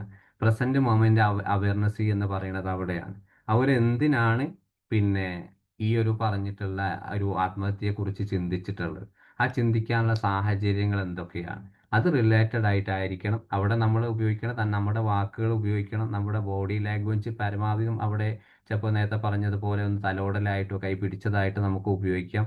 പിന്നെ അതേപോലെ തന്നെ ഈ ഒരു ക്ലയൻറ്റിൻ്റെ വാക്കുകൾ ചിലപ്പോൾ ആ സമയത്ത് എന്തൊക്കെയും നമ്മൾ ഈ ഒരു തോട്ടുമായിട്ട് വന്നിട്ടുള്ള ഒരാളാണെങ്കിൽ ചിലപ്പോൾ ഇമ്പൾസീവ് ആയിട്ട് അല്ലെങ്കിൽ അഗ്രസീവ് ആയിട്ടൊരു പെരുമാറ്റമായിരിക്കും നമ്മളോട് ഉണ്ടാവുക. പക്ഷെ അതിനെന്താണ് നമ്മൾ മാക്സിമം ഒരു പേഷ്യൻ്റ് എന്നുള്ള കുറച്ച് ക്ഷമ കാണിച്ചുകൊണ്ട് അവരെ ഒന്ന് ഇതുമായി റിലേറ്റഡ് ആയിട്ടുള്ള സെൽഫ് അവയർനെസ് അവർക്ക് ഉണ്ടായി കൊടുക്കണം. കാരണം അവിടെ ചിലപ്പോൾ ഹൈ ആണെങ്കിൽ നമുക്ക് എന്താണ് അവരെ റെഫർ ചെയ്യാം, സൈക്കാട്രി ലെവലിലൊക്കെ ചിലപ്പോൾ ഒരു മെഡിറ്റേഷൻ ഒക്കെ വേണ്ടി വരും ആ സാഹചര്യത്തിൽ. പക്ഷെ എന്താണ് നമുക്കൊരു കൗൺസിലിംഗ് സെഷൻ മാക്സിമം എന്താണ് അവരെ കേൾക്കുന്നതിനപ്പുറം അവിടെ കൂടെ നിൽക്കുക എന്നുള്ളതാണ്. പിന്നെ ഈ ഒരു സൂയിസൈഡ് തോട്ടുമായി ചിന്തകളും അല്ലെങ്കിൽ പ്രവർത്തനങ്ങളുടെ ഏത് സാഹചര്യത്തിൽ അവർ കൂടുതലായിട്ട് ഈ ഒരു പ്രവർത്തനം ഈ ഒരു ചിന്ത അവർക്ക് വരുന്നത്, ആ ചിന്തയിൽ നിന്ന് താൽക്കാലികമായിട്ടുള്ള മാറ്റങ്ങൾ വരുത്താനുള്ള കാര്യങ്ങൾ നമുക്ക് ചെയ്തു കൊടുക്കാം. ഇനി അടുത്തത് ബെനിഫിഷ്യൻസ് എന്ന് പറയുമ്പോൾ ഒരു പക്ഷാപാതമില്ലാത്ത ഒരു സഹായം എന്നാണ് അവർക്ക് പറയും. അപ്പോൾ ചില സമയത്ത് നമ്മൾ പറയുന്ന ആ ഒരു പിന്നെ കാര്യങ്ങളും ആക്ടിവിറ്റീസും കാര്യങ്ങളൊന്നും അവർ ചെയ്യില്ല. അല്ലെങ്കിൽ ഒരു സെഷന് വന്നിട്ട് ആൾ അടുത്ത സെഷന് മുങ്ങുകയാണ്, തിരിച്ചു വരുന്നില്ല. അപ്പോൾ നമുക്ക് തന്നെ എന്താണ് ഈ ഒരു ക്ലയൻറ്റിനോട് ചെറിയൊരു അനിഷ്ടമൊക്കെ തോന്നാൻ സാധ്യതയുണ്ട്. ഇപ്പോൾ 2 സെഷൻ കഴിഞ്ഞിട്ട് ചിലപ്പോൾ അയാൾ വേറൊരു കൗൺസിലർ അടുത്ത് പോയിട്ടുണ്ടാവും, തെറാപ്പിസ്റ്റിൻ്റെ അടുത്ത് പോയിട്ടുണ്ടാവും. അവിടെയും ഇതേ അവസ്ഥ തന്നെ മാറ്റങ്ങൾ വന്നു. അപ്പോൾ തിരിച്ചെന്താണ് നമ്മളാണ് യഥാർത്ഥത്തിൽ ബെറ്റർ എന്ന് തോന്നിക്കഴിഞ്ഞാൽ ആ ക്ലയൻറ്റ് നമ്മളെ അടുത്ത് തന്നെ തിരിച്ചു വരാൻ സാധ്യതയുണ്ട്. അങ്ങനെ പല എനിക്ക് തന്നെ അനുഭവമുണ്ട്. ഞാൻ തന്നെ ഒരു കൈ ഒഴിവാക്കിയിട്ട് പിന്നെ കുറച്ച് മാസങ്ങൾക്ക് ശേഷം വീണ്ടും വരുന്നു. അപ്പോൾ അവിടെ എന്താണ് നമ്മൾ ഈ പറഞ്ഞിട്ടുള്ള ഒരു നെഗറ്റീവ്, കാരണം നിങ്ങൾക്ക് വേറെ ആളെ കിട്ടിയില്ല, നിങ്ങൾ വേറെ എവിടെ പോയിട്ടുണ്ടോ, ചികിത്സ നേടി, അങ്ങനത്തെ ചോദ്യങ്ങൾ വേണ്ട. നമുക്ക് ആദ്യമായിട്ടൊരു ക്ലയൻറ്റ് വന്നിട്ടുള്ളത് പോലെ ജെനുവിനായിട്ട് അവരുമായിട്ട് എന്തൊക്കെയാണ് സഹായങ്ങൾ ചെയ്തു കൊടുക്കേണ്ടത്, പിന്നെ റിപ്പോർട്ട് എടുക്കുമ്പോൾ മാത്രം നിങ്ങൾ മുമ്പ് എവിടെയൊക്കെയാണ് ചികിത്സകൾ പോയിട്ടുള്ളത്, അവരെന്താണ് നിങ്ങളോട് തന്നിട്ടുള്ളത്, അതൊക്കെ നമുക്ക് ചോദിക്കാം. പക്ഷെ എന്താണ് നമുക്കൊരു പ്രീവിയസ് പിന്നെ ഒരു ക്ലയൻ്റ് ആണ്, അല്ലെങ്കിൽ ആഫ്റ്റർ പിന്നെ ഇയാൾ മുമ്പ് തന്നെ പലതവണ വന്നിട്ടുള്ളതാണ്, പിന്നെ ഞാൻ വിളിച്ചപ്പോൾ വന്നില്ല എന്നുള്ള ആ ചിന്താഗതി ഒന്നും വേണ്ട. ഒരു ന്യൂ ക്ലയൻ്റ് ആയിട്ട് തന്നെ നമുക്ക് അവിടെ ഇടപെടുക. പിന്നെ അതേപോലെ ഇതിൽ പ്രധാനപ്പെട്ട ഒരു പോയിന്റാണ് ഫിഡലിറ്റി എന്ന് പറയുന്നത്. അവിടെ ഫിഡലിറ്റി എന്ന് പറഞ്ഞൊരു വിശ്വാസമാണ്. വിശ്വാസം എന്ന് പറയുന്നത് പിന്നെ ഒരു കുട്ടിയും അമ്മയും വന്നു നിങ്ങളുടെ മുമ്പിൽ ഒരു ക്ലയൻ്റായിട്ട്. ആ ക്ലയൻ്റായിട്ട് വരുന്ന സമയത്ത് കുട്ടി നിങ്ങളോട് കുറേ കാര്യങ്ങൾ പറഞ്ഞു. അപ്പോൾ ആ കുട്ടി പറയാണ് നിങ്ങൾ അമ്മയോട് ഈ കാര്യങ്ങൾ പറയരുത് എന്ന്. അപ്പോൾ അമ്മ അപ്പോൾ ഓക്കെ, അവിടെ എന്താണ് അമ്മ ചോദിച്ചു എൻ്റെ മകൾ എന്തെങ്കിലും സ്പെഷ്യലായിട്ട് പറഞ്ഞിട്ടുണ്ടോ. അപ്പോൾ എന്താണ് അങ്ങനെ ആദ്യ സെഷനും അല്ലെങ്കിൽ രണ്ടാമത്തെ സെഷനും ഒന്നായിട്ട് ആ കുട്ടി പറഞ്ഞിട്ടുള്ള കാര്യങ്ങൾ പൂർണ്ണമായിട്ട് അങ്ങോട്ട് കൊടുക്കരുത്.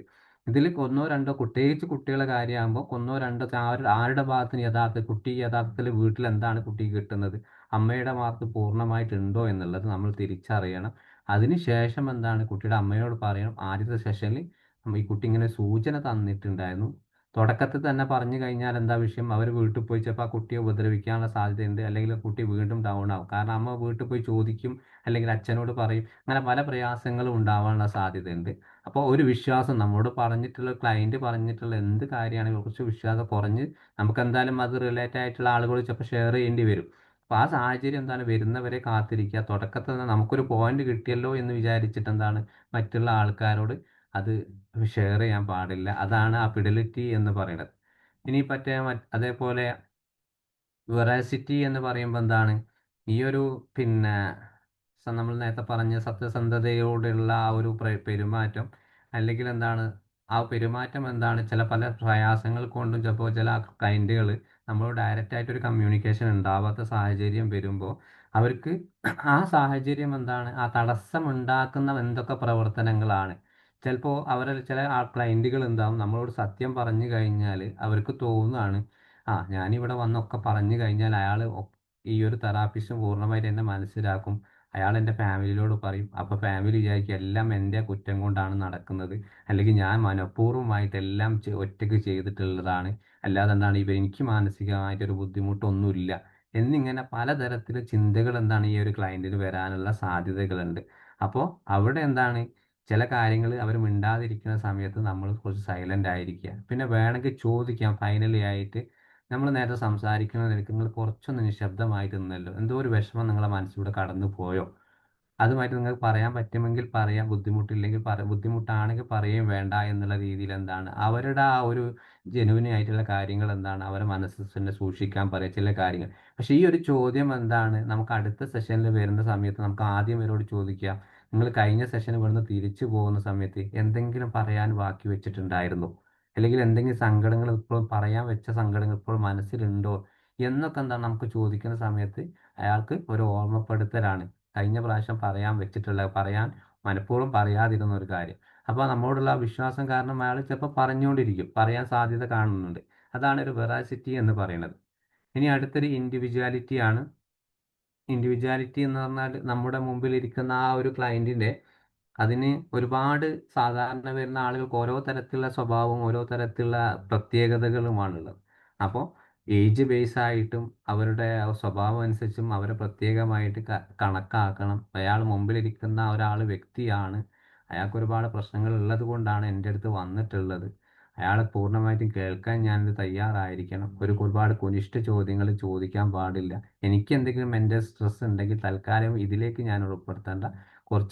കുറഞ്ഞ സമയം റിലാക്സ് എടുത്ത് ഈ ഒരു ക്ലയൻറ്റിൻ്റെ അടുത്ത് തന്നെ തിരിച്ചു വരാം എന്നുള്ളത്. കാരണം അയാൾക്കൊരു പ്രയോറിറ്റി കൊടുക്കും. എൻ്റെ ഒരു മെൻ്റൽ പൂർണ്ണമായിട്ട് പ്രശ്നങ്ങൾ ഉണ്ടെങ്കിൽ അത് അവിടെ ആ ഒരു ക്ലയൻറ്റിൻ്റെ അടുത്ത് പാടില്ല എന്നുള്ള ഇതാണ് ഇൻഡിവിജ്വാലിറ്റി എന്ന് പറയുന്നത്. ഇനി അതേപോലെയാണ് കമ്മ്യൂണിക്കേഷൻ. നമ്മൾ തുടക്കത്തിൽ പറഞ്ഞിട്ടുള്ളതാണ് കമ്മ്യൂണിക്കേഷൻ എന്ന് പറയുന്നത്.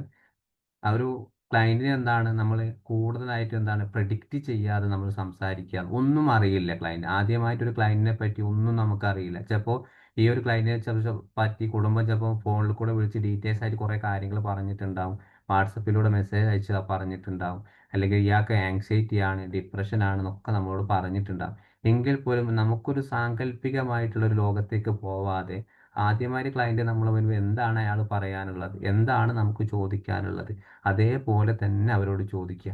നമുക്ക് മുമ്പ് കിട്ടിയ ആ ഇൻഫർമേഷനൊക്കെ തൽക്കാലത്തേക്ക് മാറ്റി വെച്ചിട്ട് പുതിയ രീതിയിലേക്ക് ഒരു റിപ്പോർട്ട് എടുക്കുന്നത് പോലെ പോവുക. പിന്നെ എമ്പതിയാണ്. അത് നമുക്ക് കൂടെ വേണം. നമ്മുടെ ജീവിതത്തിൽ എപ്പോഴും കൂടുന്നതാണ്. ഈ ഒരു കൗൺസിലിംഗ് സെഷനിൽ മാത്രമല്ല, അവർക്ക് ഒരു ജഡ്ജ്മെൻ്റൽ അല്ലാത്ത രീതിയിൽ അവർക്കൂടെ സ്നേഹിക്കാൻ, നമ്മൾ കരുണ കാണിക്കാനുള്ള ഒരു കഴിവ് നമുക്ക് എപ്പോഴും അത് വേണം. ഫൈനലി ആകുമ്പോൾ കോൺഫിഡൻഷ്യാലിറ്റി ആണ്. കോൺഫിഡൻഷ്യാലിറ്റി എന്ന് പറയുമ്പോൾ രഹസ്യാത്മകമായിട്ട് നമുക്ക് സൂക്ഷിക്കാൻ കഴിയണം. അതിൽ പറഞ്ഞിട്ടുള്ള കൺസെൻറ്റ് ഫോമൊക്കെ കറക്റ്റായിട്ട് ഫോം ഫില്ല് ചെയ്തിട്ട് നമ്മൾ സൂക്ഷിക്കുക. അതേപോലെ നമുക്ക് MSc റിപ്പോർട്ട് ഉണ്ടാക്കുന്നത് പോലെ പേഴ്സണൽ റിപ്പോർട്ടുകൾ ഉണ്ടാക്കിയിട്ട് അത് നമ്മൾ സൂക്ഷിക്കുക. കൊടുക്കേണ്ടവർ ഫാമിലിക്ക് കൊടുക്കണമെങ്കിൽ അല്ലെങ്കിൽ ക്ലയൻറ്റ് കൊടുക്കണമെങ്കിൽ നിർബന്ധമാണെങ്കിൽ കോപ്പി കൊടുക്കാം. പക്ഷെ നമുക്ക് എല്ലാം കോൺഫിഡൻഷ്യൽ അത് വളരെയധികം സൂക്ഷ്മതയോടെ സൂക്ഷിക്കേണ്ട റിപ്പോർട്ടും പേപ്പേഴ്സൊക്കെ നമ്മുടെ കൂടെ എപ്പോഴും വേണം.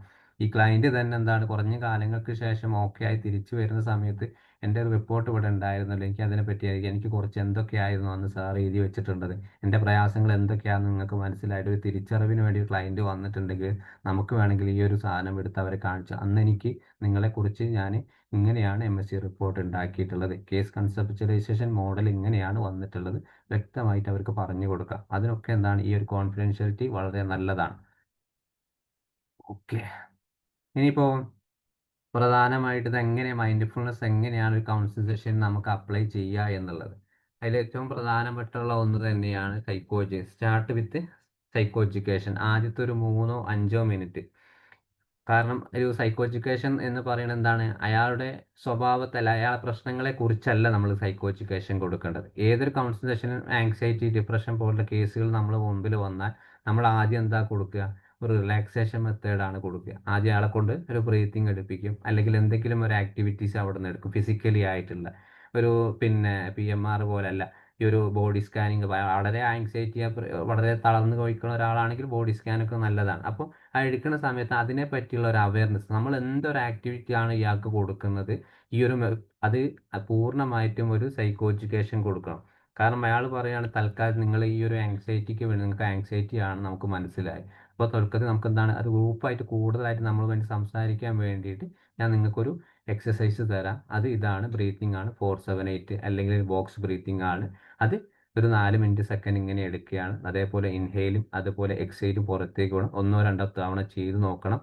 അത് നമുക്ക് ഒരുമിച്ച് ചെയ്യാം എന്നുള്ള രീതിയിൽ ആ ഒരു പ്രസന്റ് മൊമെന്റ് തന്നെ അവരെ കൊണ്ട് ചെയ്യും. ഇതെന്തിനാണ് ചെയ്യിപ്പിക്കുന്നത്? അവർ വന്നിട്ടുള്ളത് എൻ്റെ സങ്കടങ്ങൾ പറയാനാണ്. ആ ഒരു മൊമെന്റിലേക്ക് എത്തിക്കൊണ്ടുവരാൻ വേണ്ടിയിട്ടാണ് നമ്മൾ റിലാക്സേഷൻ മെത്തേഡ് കൊണ്ട്.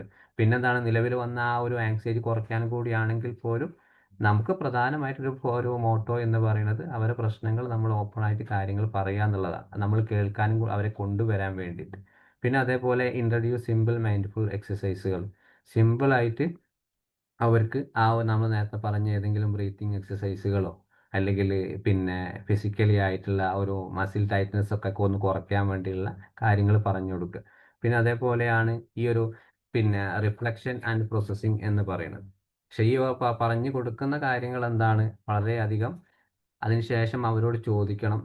നമ്മൾ പ്രശ്നങ്ങൾ ഇതുവരെ കേട്ടിട്ടില്ല, അവർ പറഞ്ഞു തുടങ്ങിയിട്ടില്ല. അപ്പോൾ അതിനു മുമ്പ് തന്നെ നമ്മൾ നിങ്ങൾക്ക് എന്താണ് ഇവിടെ ശ്രദ്ധിക്കാൻ കഴിഞ്ഞിട്ടുള്ളത്, നിങ്ങൾക്ക് എന്താണ് ഈ ഒരു ആക്ടിവിറ്റിയിലൂടെ മനസ്സിലായിട്ടുള്ളത്, ബോഡി സെൻസേഷൻ എവിടെയൊക്കെയാണ് മാറ്റങ്ങൾ ഉണ്ടായിട്ടുള്ളത്, എന്താണ് ഇപ്പോൾ നിലവിൽ നിങ്ങളുടെ ഫീലിങ്സ് എന്താണ് എന്നുള്ളത്. കാരണം ഇപ്പോൾ ചില ക്ലയൻറ്റുകൾ നമ്മളോട് പറയും എനിക്കൊന്നും കിട്ടുന്നില്ല, എനിക്കൊന്നും ഫീലിങ്സ് കിട്ടുന്നില്ല. ആ സമയത്ത് എന്താണ് നമ്മൾ ഒന്നും കൂടി എന്താണ് രണ്ടുപേരും ഒരു തെറാപ്പിസ്റ്റ് എന്ന നിലയിൽ അവർക്ക് പൂർണ്ണമായിട്ട് അവരെന്താണ് പറഞ്ഞു കൊടുത്തത് അതേപോലെ ചെയ്ത് കാണിച്ചു കൊടുക്കുക. അതാണ് റിഫ്ലക്ഷൻ എന്ന് പറയും. നമ്മൾ ചെയ്ത് കേൾക്കുമ്പോൾ അവർക്ക് എന്താണ് ഒരു പ്രോസസ്സിങ് എന്നുള്ള രീതിയിൽ വീണ്ടും പോകും. അപ്പോൾ കുറച്ചെങ്കിലും ആൾക്ക് എന്താണ് കിട്ടുന്ന സമയത്ത് 1, 2, 3 തവണ റിപ്പീറ്റഡ് ആയി കൊടുക്കുക എന്നുള്ളതാണ്. പിന്നെ അതേപോലെയാണ് ഈ ഒരു link to client therapy goals എന്ന് പറയും. അപ്പോൾ അവർക്ക് പിന്നെ ഈ ഒരു ക്ലയൻറ്റ് എന്താ പ്രയാസം എന്ന് പറയുമ്പോൾ ഡയറക്റ്റ് ആയിട്ട് നമ്മളൊരു കോൾ തെറാപ്പിയിലേക്ക് പോവുക. അപ്പോൾ ഉദാഹരണം പറയുകയാണെങ്കിൽ അവർ യഥാർത്ഥത്തിലൊരു ആങ്സൈറ്റി വന്നിട്ടുള്ളതാണെങ്കിൽ അപ്പോൾ എന്താണ് അവർക്ക് പറയുന്ന ഒരു മൈൻഡ്ഫുൾനെസ് എന്ന് പറഞ്ഞാൽ നിങ്ങളെ ഫ്യൂച്ചറിൽ ഉണ്ടാവുന്ന ആ ഒരു പ്രയാസങ്ങളെ ഇപ്പം ഈ ഒരു നിമിഷത്തിലേക്ക് കൊണ്ടുവരാൻ വേണ്ടിയിട്ടാണ്. അപ്പോൾ ഒരു ഇമാജിൻ ചെയ്യുകയാണ്, വിഷ്വലൈസേഷൻ കൊടുക്കുകയാണ്. അപ്പോൾ നിങ്ങൾക്ക് എവിടെയാണ് ഒരു ആങ്സൈറ്റി ഉള്ളത്, ആങ്സൈറ്റി ഈ ഒരു മൊമെൻ്റ് നിമിഷത്തിൽ നിങ്ങൾ ചിന്തിക്കുക, ഇതിലേക്ക് കൊണ്ടുവരിക. ഇനിയിപ്പം ഒരു ഡിപ്രഷൻ കേസാണ് വന്നിട്ടുള്ളത്, എങ്ങനെയാണ് ഇതിലേക്ക് കൊണ്ടുവരിക മൈൻഡ്ഫുൾനെസ്? അവർക്ക് എന്താണ് നെഗറ്റീവ് ചിന്തകളെ തിരിച്ചറിയാനുള്ള ഒരു ടെക്നിക്ക് കൊടുക്കുക. അവരോട് പറയും നിങ്ങൾ ഡീപ്പായിട്ടൊന്ന് ഒരു ബ്രീത്തിങ് എടുക്കുക. എന്നിട്ട് എന്താണ് ആ സമയത്ത് നിങ്ങൾ ചിന്തകൾ എന്തൊക്കെയാണ് വന്നിട്ടുള്ളത്, ആ ചിന്തകൾ ഏതർത്ഥമാണ് നിങ്ങൾ കാണുന്നത്, ആ രീതിയിൽ കൊടുക്കുക. ഇനിയിപ്പോൾ വളരെയധികം ഏതൊരു നിമിഷത്തിലും എപ്പോഴും എന്ത് ചോദിച്ചാലും അഗ്രഷൻ ഉള്ള ഒരു കുട്ടിയെയാണ് നിങ്ങളുടെ മുമ്പിൽ കൊണ്ടുവന്നിട്ടുള്ളതെങ്കിൽ അവിടെ എന്താണ് ഒരു അഗ്രഷൻ വരുന്ന സമയത്ത് അവരൊന്ന് പോസ് ചെയ്യാം, സ്റ്റോപ്പ് ചെയ്യാൻ പറയുക. അപ്പോൾ കുട്ടീനോട് നമ്മൾ പറയുക നിങ്ങൾക്ക് ദേഷ്യം വരുന്ന സമയത്ത് ഒന്ന് റിലാക്സ് ആവുക. ആ റിലാക്സ് എന്താണ് ചെറിയൊരു മൈൻഡ്ഫുൾ എക്സസൈസിലൂടെ എന്താണ് അവിടെ റെസ്പോൺസ് ചെയ്യുക എന്നുള്ളത്. ഇങ്ങനെ പലതരത്തിൽ ഇനിയിപ്പോൾ ട്രോമയുള്ള ആളുകളാണെങ്കിൽ ട്രോമ ബേസ്ഡ് ആയിട്ടുള്ള ആളുകളെ കൊണ്ടുവന്നിട്ടുണ്ടെങ്കിൽ ആ ട്രിഗർ എപ്പോഴാണ് അവരെ മനസ്സിൽ ആ ട്രിഗർ വരുന്നത്, ടെൻഷൻ അടിക്കുന്ന കാര്യങ്ങൾ വരുന്നത്, ആ സമയം എന്താണ് അവരോട് ഈ പറഞ്ഞിട്ടുള്ള മൈൻഡ്ഫുൾ എക്സസൈസ് ഒക്കെ ചെയ്ത് കഴിഞ്ഞാൽ എന്താണ് കുറേയൊക്കെ ഒരു ആശ്വാസം കിട്ടും. ഇങ്ങനെയാണ് പല കേസിലും എന്താണ് നമുക്ക് ഒരു ബേസായിട്ട് മൈൻഡ്ഫുൾനെസ് ആപ്ലിക്കേഷൻ ലെവലിൽ കൊടുക്കുക. ഇതാണ്. പിന്നെ ഫൈനലി തെറാപ്പിസ്റ്റ് ഓൺ മൈൻഡ്ഫുൾനെസ് എന്ത് ചെയ്യുകയാണെങ്കിൽ കൂടെ നമ്മൾ പ്രാക്ടിക്കലായിട്ട് നമ്മൾ അവരെ കൂടെ സെഷനിൽ ഒരിക്കലും നമ്മൾ തന്നെ ചെയ്ത് കൊടുക്കണം. ആ സമയത്ത് ചെയ്യുന്ന സമയത്ത് അവർക്ക് എന്തെങ്കിലും പറയാനുണ്ടെങ്കിൽ ആക്റ്റീവ് ലിസൺ ആവുക. കാരണം അവർക്ക് ചിലപ്പോൾ ഈ ചെയ്യുന്ന സമയത്ത് തന്നെ അവർക്ക് പലതരത്തിലെ മൂഡ് ചേഞ്ചസ് ഉണ്ടാവും. എനിക്ക് ആ ഒരു പ്രശ്നങ്ങൾ ചിലപ്പോൾ ഇന്നർ ഹീലൊക്കെ ചെയ്യുന്ന സമയത്ത് പഴയ പ്രശ്നങ്ങളൊക്കെ വന്നിട്ടുണ്ടെങ്കിൽ ആൾ കുറച്ചൊരു പ്രയാസം ബുദ്ധിമുട്ട് കൂടുതൽ കരച്ചിലോ ബഹളമൊക്കെ തുടങ്ങി കഴിഞ്ഞാൽ എന്താണ് തൽക്കാലം എന്താണ് ഒരു ആശ്വസിപ്പിക്കുന്ന രീതിയിലാണ് ചോദ്യങ്ങൾ തോൽക്കാതെ ക്ഷമയോട് വേണ്ടി കാത്തിരിക്കുക എന്നുള്ളതാണ്. മാക്സിമം എന്താണ് ഈ ഒരു മൈൻഡ്ഫുൾ അപ്ലൈ ചെയ്യുന്ന സമയത്ത് അവർക്ക് സപ്പോർട്ട് കൊടുക്കുക എന്നുള്ളത്. അതിൽ പ്രധാനപ്പെട്ടതാണ് മൈൻഡ്ഫുൾ 5Rs എന്ന് പറഞ്ഞിട്ട് ടെക്നിക്ക്. അതിൽ ഒന്ന് റെക്കഗ്നൈസ് ആണ്. റെക്കഗ്നൈസ് എന്ന് പറയുമ്പോൾ പിന്നെ അവരോട് ഈ ഒരു മൈൻഡ്ഫുൾനെസ് ചെയ്യുന്ന സമയത്ത് എന്താണ് നിങ്ങളുടെ മനസ്സിൽ നടക്കുന്നത് എന്നുള്ള തിരിച്ചറിവ്. ഇപ്പോൾ നിങ്ങൾ എവിടെയാണ് വന്നിട്ടുള്ളത്. ഇതൊരു ഹിപ്നോട്ടിസം അല്ല കേട്ടോ. നിങ്ങൾ വിചാരിക്കുന്നത് ഇത് കേട്ടോ ഹിപ്നോട്ടിസം NLP ഒന്നും അല്ല. നമ്മൾ കൗൺസിലിംഗ് സെഷനിൽ നമ്മൾ പ്രാക്ടിക്കലായിട്ട് അവരുടെ മുമ്പിൽ കൊടുക്കുന്ന സാധനങ്ങളാണ് ഇതൊക്കെ. അവരോട് പറയും നിങ്ങളുടെ മനസ്സിൽ ഈ ഒരു മൈൻഡ്ഫുൾനെസ് ചെയ്തതിന് ശേഷം എന്താണ് നിങ്ങൾ ശ്രദ്ധിക്കപ്പെട്ടിട്ടുള്ളത്. അതേപോലെ എന്താണ് റീഫ്രെയിം എന്ന് പറയുമ്പോൾ എന്താണ് ഈ ഒരു ചിന്തകൾ നിങ്ങളുടെ മനസ്സിൽ എന്താണ് ഇപ്പോൾ നിലവിൽ എന്ത് ചിന്തയാണുള്ളത്. ഈ ഒരു സെഷനിൽ നിങ്ങൾ വന്നു എന്നോട് എന്തൊക്കെ പറയാനാണ് ഉദ്ദേശിച്ചിട്ടുള്ളത്, ഏത് ചിന്തകളാണ് ഈ നിമിഷത്തിൽ ഒക്കെ പ്രസന്റ് മൊമെന്റ് ആണ്. അവരെ സിറ്റുവേഷനുമായിട്ടോ അവരെ പ്രോബ്ലവുമായിട്ട് യാതൊരു കണക്റ്റിനും ഇല്ലാത്ത കാര്യങ്ങളാണ് നമ്മൾ ചോദിക്കേണ്ടത്. ഇപ്പോഴത്തെ അവസ്ഥ നിങ്ങൾക്ക് എന്താണ്, നിങ്ങളുടെ മനസ്സിലൂടെ എന്തൊക്കെ ചിന്തകളാണ് പോകുന്നത്, ഈ ഒരു ചിന്തകൾ എന്തെങ്കിലും മാനസികമായിട്ടുള്ളൊരു ബുദ്ധിമുട്ട് ഉണ്ടാക്കുന്നുണ്ടോ. അത് അപ്പോഴാണ് നമ്മൾ യഥാർത്ഥത്തിൽ നമ്മളോട് പല ക്ലയൻറ്റും അല്ലെങ്കിൽ പല ആളുകളും നമ്മളോട് ചോദിക്കാറുണ്ട് നിങ്ങൾ ആദ്യമായിട്ട് ശ്രദ്ധിക്കേണ്ട ഒരു കാര്യം എന്താണ്, നമ്മുടെ മുമ്പിലിരിക്കുന്ന ആളുകളെ കറൻ്റ്ലി മെൻ്റൽ സ്റ്റാറ്റസ് എന്താണ്. അപ്പോൾ ചില ആളുകൾ നമ്മൾ സ്റ്റുഡൻറ്റിനെ ചോദിക്കും ഈ ഒരു മെൻ്റൽ സ്റ്റാറ്റസ് എന്ന് കേൾക്കുമ്പോൾ ചില ആളുകൾ എന്താണ് ഈ MSc റിപ്പോർട്ട് ഉണ്ടാക്കുക എന്നുള്ളതാണ്. അവർ വിചാരിക്കും ആ റിപ്പോർട്ട് ഉണ്ടാക്കി കഴിഞ്ഞാൽ ഓക്കെ. അതല്ല, ഈ പറഞ്ഞിട്ടുള്ള മൈൻഡ്ഫുൾനെസ് ആണ് യഥാർത്ഥത്തിൽ അവിടെ നടക്കേണ്ടത്. നമ്മുടെ മുമ്പിലിരിക്കുന്ന ആ ഒരു മനുഷ്യൻ്റെ അല്ലെങ്കിൽ അവരുടെ ജീവിതത്തിൽ ഇപ്പോൾ നമ്മുടെ മുമ്പിൽ എത്ര പ്രാധാന്യമുണ്ട്, അവർക്ക് എന്താണ് ഇപ്പോൾ നമ്മുടെ മുമ്പിലേക്ക് അവരുടെ മനസ്സിലൂടെ കടന്നു പോകുന്നത്. പിന്നെ അതേപോലെ റിലീക്സ് എന്ന് പറയുമ്പോൾ എന്താണ് ആ ഒരു എക്സസൈസിലൂടെ എന്താണ് അവരുടെ ജീവിതത്തിൽ ഈ പറഞ്ഞ നെഗറ്റീവായിട്ടുള്ള ചിന്തകളും അവർ റീഫൈൻ ചെയ്തിട്ടുള്ള കാര്യങ്ങൾ താൽക്കാലികമൊന്ന് റിലാക്സ് ചെയ്യുന്ന രീതിയിലായിരിക്കണം. ആ റിലാക്സ് ചെയ്തതിന് ശേഷം റിഫ്ലക്റ്റ് ചെയ്യുന്ന നമ്മുടെ ചിലപ്പോൾ ഒന്ന് പുഞ്ചിരിയായിട്ടോ ഒന്ന് എനർജറ്റിക് ആയിട്ടോ നമ്മുടെ മുമ്പിൽ അവരെത്തുന്നത്. അത് വളരെയധികം ഇമ്പോർട്ടൻ്റ് ആണ്. ഇവിടെ വേണമെങ്കിൽ നമുക്ക് എന്താണ് ABC മോഡൽ ഒരു ബിഹേവിയർ ആയിട്ടുള്ള കാര്യങ്ങൾ അവരോട് ജസ്റ്റ് ഒന്ന് വേണേൽ കൊടുക്കാം. അവരോട് പറയും നിങ്ങൾ ഇവിടെ വരുന്നതിന് മുമ്പ് നിങ്ങളുടെ മനസ്സ് എങ്ങനെയായിരുന്നു, അതിനുശേഷം എന്തൊക്കെയാണ് സംഭവിച്ചിട്ടുള്ളത്, കോൺസിക്വൻസ് ഇപ്പോൾ നിങ്ങൾക്ക് എങ്ങനെയൊക്കെയാണ് നിലവിൽ നിങ്ങൾക്ക് അനുഭവിക്കുന്നത്. ABC മോഡൽ നമുക്ക് എന്താണ് പലതരത്തിൽ ഉപയോഗിക്കാം. അതങ്ങനെ തന്നെ ഒരു പ്രശ്നത്തിന് മാത്രം ഉപയോഗിക്കുന്ന സാധനങ്ങളല്ല അതൊക്കെ. അപ്പോൾ ആ രീതിയിൽ ഉപയോഗിച്ചാൽ കുറേയൊക്കെ എന്താണ് ആ ക്ലയൻറ്റിന് മനസ്സിലായി തുടങ്ങും. ഇനിയിപ്പോൾ ഇതുവരെ ഓക്കെ അല്ലേ? ഞാൻ സ്പീഡിൽ പറഞ്ഞു പോകുന്നതിൻ്റെ ബുദ്ധിമുട്ടുണ്ടോ? ഓക്കെ ഇല്ല സാർ. ഓക്കെ ഓക്കെയാണ് ഓക്കെ. ഇനിയിപ്പോൾ അടുത്തതാണ് ഈ ഒരു കൗൺസിലിംഗ് സെഷനിൽ നമ്മൾ പ്രധാനമായിട്ടും പലരും ശ്രദ്ധിക്കാത്ത കാര്യങ്ങളാണ്. ഒന്ന് ചില ആളുകൾ ശ്രദ്ധിക്കുന്ന കാര്യം, ഒന്ന് 2 സ്പെസിഫിക് സെറ്റിങ്സ് ആണ്. ഒന്ന് ഫാമിലി കൗൺസിലിംഗുമാണ്, ഒന്ന് മെഡിക്കൽ കൗൺസിലിംഗുമാണ്. ഈ ഇതിൽ പ്രധാനമായിട്ടും ഫാമിലി കൗൺസിലിംഗ് ആൻഡ് തെറാപ്പി എന്ന് പറയുമ്പോൾ നമ്മുടെ മുമ്പിൽ ഒരു ക്ലയൻറ്റ് വന്നു കഴിഞ്ഞാൽ അയാളെ ഫാമിലിയുമായിട്ട് എപ്പോഴും നമ്മൾ കണക്റ്റീവ് ആയാണ്. അയാളെ പൂർണ്ണമായിട്ട് ഡീറ്റെയിൽസ് എടുത്താൽ മാത്രം പോരാ. അയാളുടെ ജീവിതത്തിൽ അയാൾ എന്തൊക്കെയാണ് ഫാമിലീസുമായിട്ട് ബന്ധപ്പെട്ടുള്ളത്, അയാൾക്കുള്ള പ്രശ്നങ്ങൾ എന്തൊക്കെയാണ്, ഫാമിലീസ് ഉണ്ടാകുന്ന ക്രൈസിസുകൾ എന്തൊക്കെയാണ്, കുടുംബത്തിൽ ഉണ്ടാകുന്ന പ്രയാസങ്ങൾ ബുദ്ധിമുട്ടുകൾ എന്തൊക്കെയാണ്, പൂർണ്ണമായിട്ടും നമ്മൾ അറിയൽ നിർബന്ധമാണ്. അപ്പോൾ ഒരു ആദ്യമായിട്ടൊരു സെഷനിൽ ഒരാൾ ഒറ്റയ്ക്ക് വന്നിട്ടുണ്ടെങ്കിൽ നമ്മൾ അടുത്ത സെഷനിൽ വരുന്ന സമയത്ത് വീട്ടിൽ നിന്ന് ആരെങ്കിലും ഒരാളെ കൊണ്ടുവരാൻ നമ്മൾ പറയൽ നിർബന്ധമാണ്. കാരണം ഇയാളെക്കുറിച്ചുള്ള ഡീറ്റെയിൽസ് അയാൾ പറഞ്ഞ വാക്കുകളിൽ മാത്രമേ നമുക്കറിയൂ. അല്ലെങ്കിൽ എന്താണ് ആരെങ്കിലും റെഫർ ചെയ്ത ആളുകളോട് നമുക്ക് ചോദിക്കാം. പക്ഷെ അതൊന്നും ഒരു പരിധി വരെ ഉണ്ടാവും. പക്ഷെ എന്താണ് പൂർണ്ണമായിട്ടും അയാൾ അറിയണമെങ്കിൽ അയാൾ കുടുംബത്തിൽ നിന്ന് ഒരാൾ വരണം, അല്ലെങ്കിൽ അയാൾ റിലേറ്റീവ്സ് ഫ്രണ്ട് സർക്കിളിൽ നിന്നൊക്കെ ആരെങ്കിലും ഒരാൾ വന്നു കഴിഞ്ഞാൽ മാത്രമേ ഇയാളുടെ പ്രയാസങ്ങൾ നമുക്ക് അറിയാൻ കഴിയും. അപ്പോൾ അതിനെന്താണ് ഈ ഒരു ഫാമിലി കൗൺസിലിങ്ങുമായിട്ട് ബന്ധപ്പെടുന്ന സമയത്ത് എന്താണ് മൈൻഡ്ഫുൾനെസ് എന്താണ് നിർബന്ധമാണ്. അതൊക്കെ ഒരു മൈൻഡ്ഫുൾനെസ്സിൻ്റെ ഏരിയയാണ്. ആളുകളുമായിട്ട് കോൺടാക്ട് ചെയ്യുന്നതും അയാളെപ്പറ്റി ഡീറ്റെയിൽസ് എടുക്കൊക്കെ എന്താണ് മൈൻഡ്ഫുൾനെസ് തന്നെയാണ്. ഒരു പ്രസൻറ്റ് ജീവിതത്തിലേക്ക് അയാൾ കൊണ്ടുവരുന്നതിൻ്റെ അടയാളങ്ങളാണ്. ഇനിയിപ്പോൾ ഒരു മെഡിക്കൽ സെറ്റിങ്സിലേക്ക് വരുന്ന സമയത്ത് എന്താണ് മെഡിക്കൽ സെറ്റിങ്സ് എന്ന പല അസുഖങ്ങളും ഉണ്ടാവും ആൾക്കാർ. അപ്പോൾ പ്രധാനമായിട്ടും ഒരു ക്രോണിക് ഇൽനെസ് ആയിട്ട് വരുന്ന ഒരാൾക്ക് ഉദാഹരണം പറയുകയാണെങ്കിൽ ഒരു ഡയബറ്റിക് പേഷ്യൻറ്റ് അല്ലെങ്കിൽ ഒരു ക്യാൻസർ ഉള്ള ആളുകൾ. അപ്പോൾ നമുക്ക് അവിടെ ഈ ഒരു ക്യാൻസറുള്ള ആ ഒരു ടെൻഷനുമായിട്ടുള്ള വന്നിട്ടുള്ള ഒരാളാണ് നമുക്ക് എന്തൊക്കെ അവിടെ ചെയ്തുകൊണ്ട് കൊടുക്കേണ്ടത് കോപ്പിംഗ് സ്കില്ലുകളാണ്. നിലവിൽ അയാൾക്ക് ഏതൊക്കെ പ്രശ്നങ്ങൾ വന്നാലും എങ്ങനെയൊക്കെ തരണം ചെയ്യാം, മാനസികമായിട്ട് എങ്ങനെ തരണം ചെയ്യാം. അതിൻ്റെ കൂടെ തന്നെ ഇമോഷണൽ സപ്പോർട്ട് നമ്മളെപ്പോലുള്ള കൗൺസിലേഴ്സ് കൊടുക്കാൻ പറ്റും. അതേപോലെ സൈക്കോ എഡ്യൂക്കേഷൻ, ആ ഒരു ക്യാൻസറിനെ പറ്റിയിട്ടോ ഡയബറ്റിക്കിനെ പൂർണ്ണമായിട്ട് നമുക്ക് എത്രത്തോളം അവയർനെസ് ഉണ്ടാക്കാൻ പറ്റുമോ അതൊക്കെ കൊടുക്കാം. ഇനിയിപ്പോൾ അതേപോലെ ഒരു സൊമാറ്റിക് ആയിട്ടുള്ള ഒരു പേഷ്യൻ്റാണ്, എപ്പോഴും പെയിൻ മാനേജ്മെൻറ്റുമായിട്ടുള്ള ഒരാളാണ് വന്നിട്ടുള്ളത്. അപ്പോൾ എന്താണ് നമുക്ക് അവർക്ക് മൈൻഡ് ബോഡി ആയിട്ടുള്ള മാനേജ്മെൻറ്റ് കൊടുക്കാം. മാനസികമായിട്ട് ഒരു പെയിൻ എങ്ങനെയാണ് അയാളെ ലൈഫിൽ ബന്ധിക്കുന്ന ഒരു ബോഡി സ്കാനൊക്കെ വെച്ചിട്ട് അയാൾക്ക് എന്താ ഒരു എക്സസൈസ് പോലെ എന്താണ് തല മുതൽ കാല് വരെ അല്ലെങ്കിൽ കാല് മുതൽ തല വരെ ഒരു റിലാക്സേഷൻ മെത്തേഡ് കൊടുത്തു കഴിഞ്ഞാൽ അയാൾക്ക് ശരീരത്തിൽ എവിടെയൊക്കെയാണ് വേദനകൾ കൊണ്ട്, ഇതൊന്നും മരുന്നിൻ്റെ ആവശ്യമില്ല, നമ്മളെടുത്ത് വരുന്ന ക്ലയൻറ്റിന് നമുക്ക് പറഞ്ഞു കൊടുക്കാൻ പറ്റുന്ന കാര്യങ്ങളാണ്. പിന്നെ അതേപോലെയാണ് ടെർമിനൽ ഇൽനെസ് എന്ന് പറയുമ്പോൾ അവിടെ ടെർമിനൽ ഇൽനെസ് എന്ന് വെച്ചപ്പോൾ ആരെങ്കിലും കുടുംബത്തിൽ നിന്നൊക്കെ ഒരാൾ മരിച്ചു കഴിഞ്ഞാൽ വളരെയധികം സങ്കടത്തോടെ നിൽക്കുന്ന ഒരാൾ, അല്ലെങ്കിൽ ആ ഒരു വിടവാങ്ങലിന് ശേഷം അയാൾ പൂർണ്ണമായിട്ടും തകർന്നു പോയി, ഒരു ഹൈ ഡിപ്രസീവ് ആയിട്ട് അയാൾ മരുന്നൊക്കെ നല്ല രീതിയിൽ കഴിക്കുന്നുണ്ട്. അപ്പോൾ ആ ഒരു സാഹചര്യത്തിൽ നിന്ന് കൗൺസിലിങ്ങിനും തെറാപ്പിസിനും പോയിട്ടില്ല. അപ്പോൾ നമ്മളടുത്ത് വരുന്ന സമയത്ത് എന്താണ് അയാൾക്ക് ഗ്രീഫ് കൗൺസിലിംഗ് കൊടുക്കുക. എന്താണ് ഈ ഒരു ഗ്രീഫ് കൗൺസിലിംഗ്, അതിനെപ്പറ്റി സൈക്കോളജിസ്റ്റ് കൊടുക്കുക. പിന്നെ ഇമോഷണൽ സപ്പോർട്ട് അവർക്ക് കൊടുക്കാം. ഫാമിലി തെറാപ്പി, ആ ഫാമിലി എത്രത്തോളം അയാളെ കൂടെ നിൽക്കണം എന്നൊരു രീതിയിൽ നമുക്ക് കൊടുക്കാം. ഇനിയിപ്പോൾ സബ്സ്റ്റാൻസ് യൂസേജ് ഉള്ള ആളുകളാണെങ്കിലോ മോട്ടിവേഷനാണ് അവിടെ കൊടുക്കേണ്ടത്. അവർക്ക് motivation plus encouragement and goals എന്നുള്ള ആ രീതിയിൽ കൊടുക്കാം. ഈ ഒരു ഉപയോഗം കൊണ്ട് എന്തൊക്കെയാണ് നാശനഷ്ടങ്ങൾ ഉണ്ടാകുന്നത്, എന്തൊക്കെയാണ് അവരുടെ ജീവിതത്തിൽ വരാനുള്ള ബുദ്ധിമുട്ട്, അത് മോട്ടിവേഷനാണ്. പക്ഷെ ഇതിനെങ്ങനെ മാറ്റിയെടുക്കാം, ഇതുകൊണ്ടുള്ള ദുരുപയോഗം എന്തൊക്കെയാണ്, ജീവിതത്തിൽ എന്തൊക്കെ നഷ്ടങ്ങൾ ഉണ്ടാവും, നിങ്ങൾക്ക് ഈ ഒരു മാറിക്കഴിഞ്ഞാൽ ഏതൊക്കെ മുന്നോട്ട് ഏതൊക്കെ രീതിയിൽ പോകും, അതൊരു എൻകറേജ്മെൻ്റ് ആണ്. പിന്നെ ഇപ്പോൾ നിലവിൽ എന്താണ് റിലാപ്സ് പ്രിവെൻഷൻ എന്ന് പറയും പോലെ മാക്സിമം ഇത് വരാതിരിക്കാൻ ചെയ്യാതിരിക്കാൻ നമുക്ക് എന്തൊക്കെ ഗോൾ സെറ്റിങ്ങിൽ എന്തൊക്കെ ആക്ടിവിറ്റീസ് അവർക്ക് കൊടുക്കാം. അതേപോലെയാണ് പീഡിയാട്രിക് കൗൺസിലിങ്ങിൽ പീഡിയാട്രിക് കുട്ടികളുടെ കേസുകൾ വന്നു കഴിഞ്ഞാൽ നമുക്ക് മെഡിക്കൽ സെറ്റിങ്സിലൂടെ എങ്ങനെയാണ് അവർക്ക് മാറ്റി കൊടുക്കാം. നമുക്ക് കുട്ടികളെ ഹെൽപ്പ് ചെയ്യാം.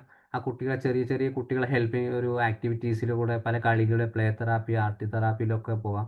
വേണമെങ്കിൽ നമുക്ക് നല്ല കുട്ടിക്ക് മെൻ്റലി അല്ലാതെ ഒരു ഫിസിക്കലി ആയിട്ട് അസുഖമാണെന്ന് നമുക്ക് തോന്നുകയാണ്, വളരെ അസ്വസ്ഥതയാണ് കുട്ടി. അപ്പോൾ നമുക്ക് തന്നെ റെഫർ ചെയ്യാം, നല്ലൊരു ചൈൽഡ് ഡോക്ടറെ കാണിക്കണം, സൈക്കാട്രിസ്റ്റിൻ്റെ അടുത്ത് കൊണ്ടുപോകണം, പീഡിയാട്രിഷ്യൻ്റെ അടുത്ത് പോകണം. അതൊക്കെ നമ്മളെപ്പോലുള്ള ആളുകൾ പറഞ്ഞാൽ ചില ആളുകൾ വിശ്വസിക്കും, അവർ ഡയറക്റ്റായി കൊണ്ടുപോകും. മുമ്പ് എവിടെയും കൊണ്ടുപോയിട്ടുണ്ടാവില്ല.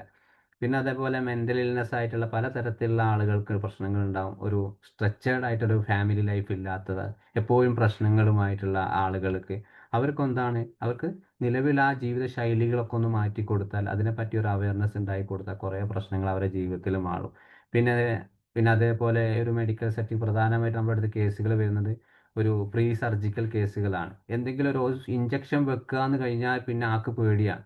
അല്ലെങ്കിൽ എന്തെങ്കിലും ഓപ്പറേഷൻ, ചെറിയായിട്ടൊരു ഓപ്പറേഷൻ ഉണ്ട് എന്ന് വിചാരിച്ചോളി, ആൾക്ക് പിന്നെ അതിനെപ്പറ്റി ആ ഓപ്പറേഷൻ്റെ ഡേറ്റ് ഫിക്സ് ചെയ്താൽ പിന്നെ ആങ്സൈറ്റി ആയി, ഡിപ്രഷനായി, മറ്റു പല പ്രശ്നങ്ങളായി, ഹോസ്പിറ്റലിൽ കയറാതായി, പല പ്രശ്നങ്ങളും. ഇങ്ങനെയൊക്കെ പ്രശ്നങ്ങളുള്ള സമയത്ത് എന്താണ്, നമ്മളെ അടുത്ത് ചിലപ്പോൾ കൗൺസിലിങ്ങിന് ഓപ്പറേഷൻ തീരുന്നതിന് മുമ്പ് തന്നെ നമ്മളെ അടുത്തായിരിക്കും വരിക. അപ്പോൾ അതിനെപ്പറ്റി വ്യക്തമായിട്ടുള്ള അവയർനെസ് നമ്മൾ കൊടുക്കണം. സാധാരണ എന്താണ്, ഒരു ഓപ്പറേഷൻ ചെയ്യുന്ന സമയത്ത് അനസ്തേഷ്യ കൊടുത്തിട്ടേ ഓപ്പറേഷൻ ചെയ്യും. നിങ്ങളൊന്നും അറിയില്ല, വേദന അറിയില്ല, അതൊരു അവയർനെസ് ആണ്.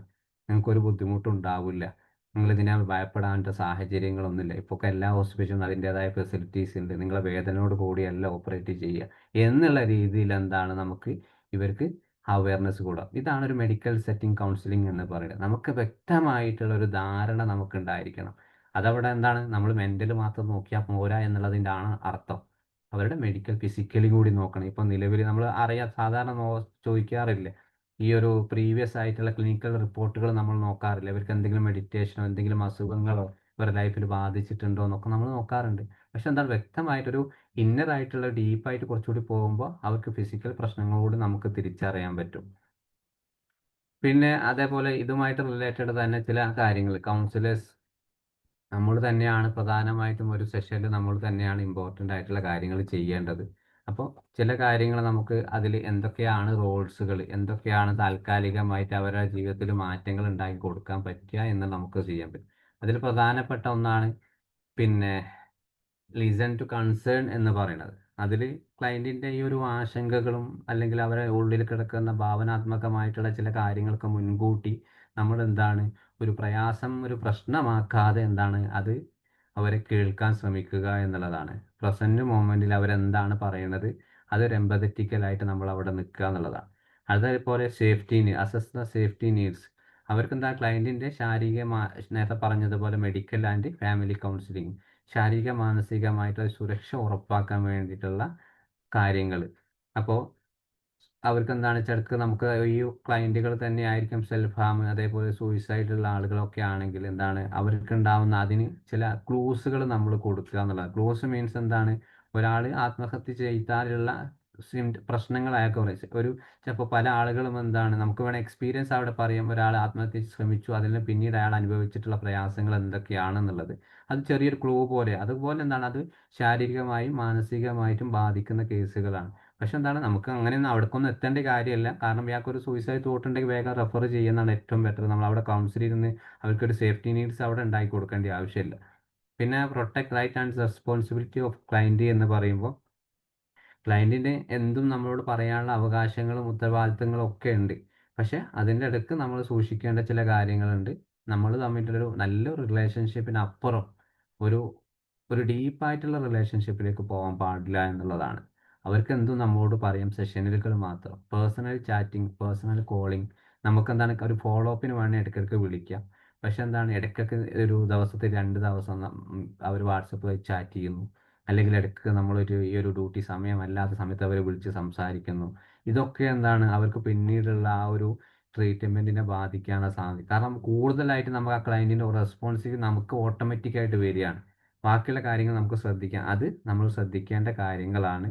പിന്നെ അതേപോലെ ഈ ഒരു തെറാപ്യൂട്ടിക് റിലേഷൻഷിപ്പ്, ആ ഒരു ഈ പറഞ്ഞ കാര്യങ്ങൾ തന്നെയാണ്. എപ്പോഴും വിശ്വാസവും നമുക്ക് ഓപ്പൺനെസ്സും എന്നുള്ള ആ കാര്യങ്ങൾ അവിടെ ഉപയോഗിക്കുക.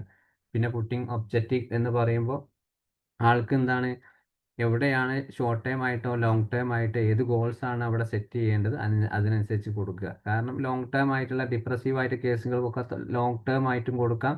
അതേപോലെ ഷോർട്ട് ടൈം പെട്ടെന്നെങ്കിലും ചില മാറ്റങ്ങൾ അവർക്കുണ്ടാകും. അതിൻ്റെ കൂടെ തന്നെ എന്താണ്, കുറച്ച് കാലത്തെങ്കിലും അവർ ഏതെങ്കിലും ഒരു ആക്ടിവിറ്റീസിൽ, ഒരു ജോലിയിലോ ഒരു പഠനത്തിലോ ആ രീതിയിലേക്ക് കൊണ്ടുപോകുന്ന രീതിയിൽ. പിന്നെ സ്പീക്ക് ക്ലിയർലി, ആ ഇത് പറയുന്ന സമയത്ത് ക്ലയൻറ്റിനെ ഇന്നത്തെ ഒരു നമ്മളുമായിട്ട് സംസാരിച്ചിട്ട് ആ ഒരു എക്സ്പീരിയൻസിലേക്ക് എന്താണ്ട് അവരെ കൊണ്ടുവരിക. അപ്പോൾ അതിനുശേഷം എന്താണ്, അവിടെ നമുക്ക് ചോദിക്കാം, ഈ ഒരു സെഷന് ശേഷം അല്ലെങ്കിൽ ഈ ഒരു ടെക്നിക്കലി നമ്മൾ പറഞ്ഞ ശേഷം നിങ്ങൾ അപ്പോൾ പ്രശ്നത്തെക്കുറിച്ച് നിങ്ങൾ എന്താണ് പൂർണ്ണമായിട്ട് മനസ്സിലാക്കിയിട്ടുള്ളത്, ഈ ഒരു മണിക്കൂർ നിങ്ങൾക്ക് എങ്ങനെ ഉപകാരപ്പെട്ടു, എന്തൊക്കെയാണ് നിങ്ങൾ എന്നിൽ നിന്ന് മനസ്സിലാക്കിയിട്ടുള്ളത്, ഇതൊക്കെയാണ് നമുക്ക് അവരോട് ചോദിക്കാം. പിന്നെ അതേപോലെ അവർക്ക് നിലവിലുണ്ടാവുന്ന പിന്നെ ഒരു പ്രയാസങ്ങൾ പെട്ടെന്ന് എന്താണ് ചിലപ്പോൾ പല ക്ലയൻറ്റുകളും എന്താണ് എനിക്കിത് ചെയ്താൽ മതി അത് ചെയ്താൽ മതി എന്നൊക്കെ പറയുന്നതിൽ കൂടെ തന്നെ നമുക്കത് സപ്പോർട്ടീവായിട്ട് കൊടുക്കാം. പക്ഷേ അവർക്കെന്താണ് അവരെ നിലവിലുള്ള ആ ഒരു എക്വിലിബ്രിയം എന്ന് പറയുമ്പോൾ സന്തുലിതാവസ്ഥ എന്നൊക്കെ പറയും. അവരെ നിലവിലുള്ള അവസ്ഥകൾ എന്താണ് നമ്മൾ മനസ്സിലാക്കി നല്ല രീതിയിൽ മുന്നോട്ട് കൊണ്ടുപോകുക. കൂടുതലായിട്ട് ഓവറായിട്ട് ആക്ടിവിറ്റീസുകളും ടൂൾസുകളും ഒരുപാട് അങ്ങോട്ട് കൊടുത്ത് ബുദ്ധിമുട്ടാക്കാതെ ആ രീതിയിൽ.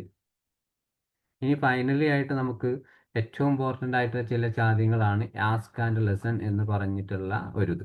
അത് പിന്നെ നമ്മളൊരു പിന്നെ ചോദിക്കുക, ശ്രദ്ധിച്ച് കേൾക്കുക എന്നുള്ളൊരു പാറ്റേൺ ആണ്.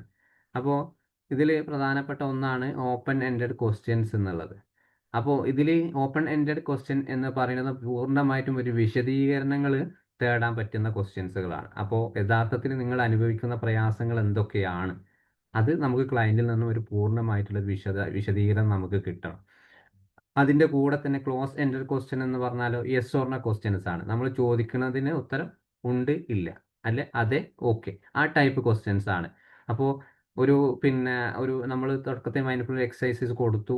അപ്പോൾ അവരോട് ചോദിക്കുക നിങ്ങൾക്ക് ഇപ്പോൾ നിലവിൽ എന്തെങ്കിലും പേടി തോന്നുന്നുണ്ടോ?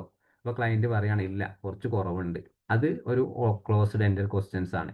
ആ രീതിയിൽ എന്താണ് ഇത് വേണമെങ്കിൽ എന്താണ് ഒരു സെഷൻ എന്താണ് ഒരു ക്ലയൻറ്റ് നിരന്തരമായിട്ട് ഇങ്ങനെ പറഞ്ഞുകൊണ്ടിരിക്കുകയാണ്. 1 മണിക്കൂർ തീർന്നില്ല, 1.5 മണിക്കൂർ തീർന്നില്ല.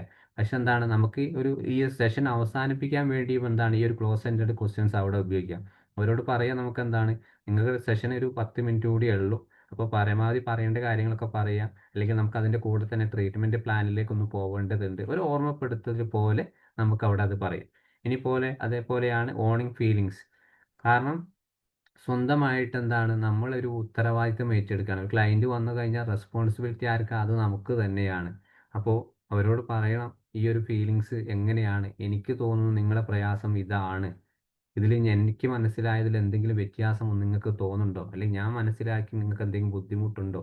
അവരോട് തന്നെ ചോദിക്കുക. അവരുടെ പ്രശ്നങ്ങൾ നമ്മളോട് പറഞ്ഞു, ആ പ്രശ്നം തിരിച്ച് പറയുന്ന സമയത്ത് അതിൻ്റെ കൂടെ ആഡ് ഓൺ എനിക്ക് ഇങ്ങനെയാണ് നിങ്ങളെ പ്രശ്നത്തിൽ തോന്നിയിട്ടുള്ളത്, അല്ലെങ്കിൽ നിങ്ങളെ പ്രശ്നം ഇതാണെന്ന് ഞാൻ മനസ്സിലാക്കുന്നു എന്ന് പറഞ്ഞുകൊണ്ടായിരിക്കണം നമ്മുടെ എന്താണ് പ്രശ്നങ്ങൾ ആ ഒരു സെഷനുകൾ കൂടുതലായിട്ടും അവസാനിപ്പിക്കേണ്ടത്. പിന്നെ ഡിസോൺഡ് സ്റ്റേറ്റ്മെൻറ്റ്സ് എന്ന് പറയുമ്പോൾ പൂർണ്ണമായിട്ടും എന്താണ് ഉത്തരവാദിത്തം തന്നെ എന്താണ് ഒരു റെസ്പോൺസിബിലിറ്റിയുമായിട്ട് കൂടുതൽ എന്താണ് അവരെ സംസാരിപ്പിക്കുന്നതിനോടൊപ്പം തന്നെ കുറേ കാര്യങ്ങൾ ഇപ്പോൾ വീട്ടുകാരെ ഏൽപ്പിച്ചിട്ടുണ്ട്. ഒരു OCD ഒക്കെ ആണെങ്കിൽ എന്താണ് വീട്ടുകാരൊക്കെയും നമ്മൾ കൂടുതലായിട്ട് ഏൽപ്പിച്ചു കൊടുക്കുക. എക്സ്പോഷർ വീട്ടിൽ നിന്ന് ചെയ്യേണ്ട കേസുകളായിരിക്കും. അപ്പോൾ എന്താണ് അവർക്ക് ചില ക്ലയൻറ്റിന് തോന്നും എന്താണ് ചില സമയത്ത് എന്നിപ്പോൾ എന്നെ വീട്ടുകാരിപ്പോൾ സഹായിക്കാനുണ്ടാവും, അല്ലെങ്കിൽ എന്നിപ്പോൾ ഈ ഒരു തെറാപ്പിസ്റ്റിൻ്റെ അടുത്ത് വന്നിട്ട് എനിക്ക് എക്സ്പോഷർ ചെയ്യാൻ പറ്റും. ഇങ്ങനെ പലതരത്തിൽ കൺഫ്യൂഷൻ ഉണ്ടാകും. അപ്പോൾ ആ കൺഫ്യൂഷൻസ് ഒക്കെ മാക്സിമം അവരോട് ഒഴിവാക്കാൻ പറയും. അതാണ് ഡിസോൺ സ്റ്റേറ്റ്മെൻറ്റ് എന്ന്. അവോയ്ഡ് ചെയ്യേണ്ട ചില കാര്യങ്ങളുണ്ട്. നിങ്ങളുടെ കൂടെ എന്നും ഫാമിലി ഉണ്ടാവും, എന്നും തെറാപ്പിസ്റ്റും ഉണ്ടാവും. നിങ്ങൾക്ക് ഏത് നിമിഷം വേണമെങ്കിലും ഇവിടെ വരാം, ഏത് നിമിഷം വേണമെങ്കിൽ നിങ്ങൾക്ക് കാര്യങ്ങൾ ചോദിച്ചറിയുകയും വേണം. പക്ഷേ ഫിക്സഡ് ടൈം എന്ന് പറഞ്ഞു കൊടുക്കുക. പിന്നെ വാല്യൂ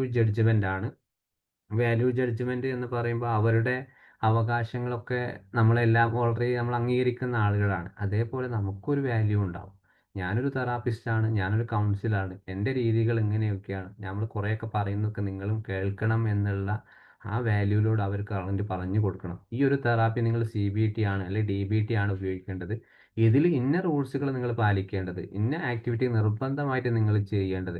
എന്നാൽ മാത്രമേ എന്താണ് നിങ്ങളെ ഈ ഒരു അസുഖം അല്ലെങ്കിൽ ഈ ഒരു ഇൽനെസ് താൽക്കാലികമായിട്ട് മാറാൻ സാധ്യതയുള്ളൂ എന്ന് വ്യക്തമായിട്ട് അതാണ് നമ്മുടെ വാല്യൂ അങ്ങോട്ട് കൊടുക്കുന്നത്. നിർബന്ധിച്ച് കൊടുക്കുകയല്ല. പക്ഷേ ഈ തെറാപ്പിയിൽ പറഞ്ഞിട്ടുള്ള കാര്യം എന്താണ്, ഒരു തെറാപ്പി സ്റ്റാർട്ട് ചെയ്ത് കഴിഞ്ഞാൽ അതിൽ പാലിക്കേണ്ട ചില കടമകളുണ്ട്. അത് നിർബന്ധിച്ച് അവർ ഏറ്റെടുത്തേ പറ്റൂ. പിന്നെ അതേപോലെ പോസിറ്റീവ് റീഇൻഫോഴ്സ്മെൻ്റ് ആണ്. അവർക്കെന്താണ് അവർ ചെയ്യുന്ന ചെറിയ ചെറിയ കാര്യങ്ങൾ മാക്സിമം എന്താണ് നമ്മൾ അവരെ സപ്പോർട്ട് ചെയ്യുക, അവരെ പ്രോത്സാഹിപ്പിക്കുക. അതൊക്കെ ഒരു കൗൺസിലർക്ക് ചെയ്യാൻ പറ്റുന്ന കാര്യങ്ങളാണ്. ഒരു 10 സെഷൻ കഴിഞ്ഞാലും എന്തുകൊണ്ടാണ് ചില കാര്യങ്ങൾ മാറ്റങ്ങൾ ഉണ്ടാകാത്തത്? അവർ ക്ലയൻറ്റിൻ്റെ ഭാഗത്തു നിന്ന് ചെറിയ ചെറിയ മൈന്യൂട്ടായിട്ടുള്ള കാര്യങ്ങൾ പോലും എന്താണ് നമ്മൾ അംഗീകരിക്കുന്നില്ല, അത് ശ്രദ്ധിക്കുന്നില്ല. നമ്മളെ മെയിൻ മോട്ടോ എന്താണ് അവരെ യഥാർത്ഥ വലിയ എന്തോ പ്രശ്നമാണ്, ആ പ്രശ്നം തീർക്കുക എന്നുള്ളത്. പക്ഷെ അതിൻ്റെ കൂടെ അവർ ചെറിയ ചെറിയ കാര്യങ്ങൾ ഒരുപാട് നല്ല കാര്യങ്ങൾ ചെയ്യുന്നുണ്ടാവും, ഒരുപാട് ഡെയിലി മാറ്റങ്ങൾ വരുത്തുന്നുണ്ടാവും. അത് നമ്മൾ കണ്ണിന് മുമ്പിൽ കാണാതെ പോവുകയാണ്. അപ്പോഴാണ് ഈ ഒരു പല കേസുകളും മാറ്റങ്ങളില്ല. അപ്പോൾ ചെറുത് മുതൽ എന്താണ് കണ്ടു തുടങ്ങിയാൽ അവരെ അത് നോട്ടീസ് ചെയ്യുക, അത് അവരോട് പറയുക, നിങ്ങൾ പഴയതുപോലെ ഒന്നല്ലല്ലോ വന്നത്, ഇന്നിപ്പോൾ ഉഷാറായിട്ട് വന്നിട്ടുണ്ടല്ലോ. കഴിഞ്ഞ പ്രാവശ്യം വന്ന നിങ്ങളെ മുഖത്ത് എന്തോ ഒരു ടെൻഷൻ പോലെ എനിക്ക് തോന്നിയിട്ടുണ്ടായിരുന്നു, പ്രാവശ്യം എനിക്ക് വളരെ ഹാപ്പിയാണ്. അപ്പോൾ എനിക്ക് തോന്നുന്നു നിങ്ങൾ കുറേ പ്രയാസങ്ങൾ, ചില മാറ്റങ്ങൾ ഉണ്ടായിട്ടുണ്ട്. അപ്പോൾ അത് കേൾക്കുമ്പോൾ എന്താണ് അവർക്കും കുറച്ചൊരു ആവേശമായിരിക്കും. ആ തെറാപ്പിയിൽ നമ്മൾ അടുത്ത സെഷൻ ഇരിക്കുമ്പോൾ തന്നെ കുറേ പ്രയാസങ്ങൾ അവരെ തന്നെ മാറ്റിയെടുക്കും. പിന്നെ അതേപോലെയാണ് ഈ ഒരു എമ്പതി, ജെനുവിൻനെസ്, അക്സെപ്റ്റൻസ്.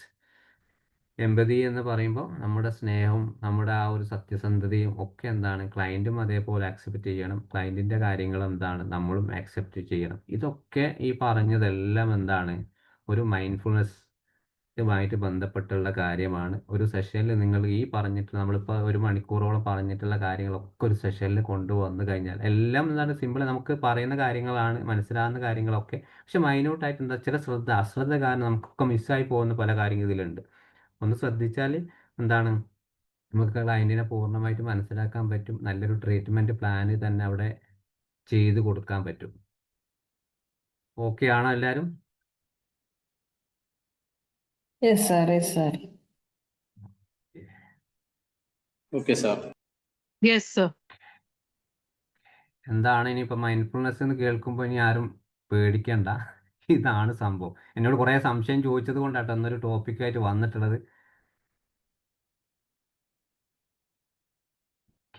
എന്താണ് നിങ്ങൾക്ക് പറയാനുള്ളത് പറയാം. ഒരു 10 മിനിറ്റ് കൂടി ഇരിക്കുക നമുക്ക്.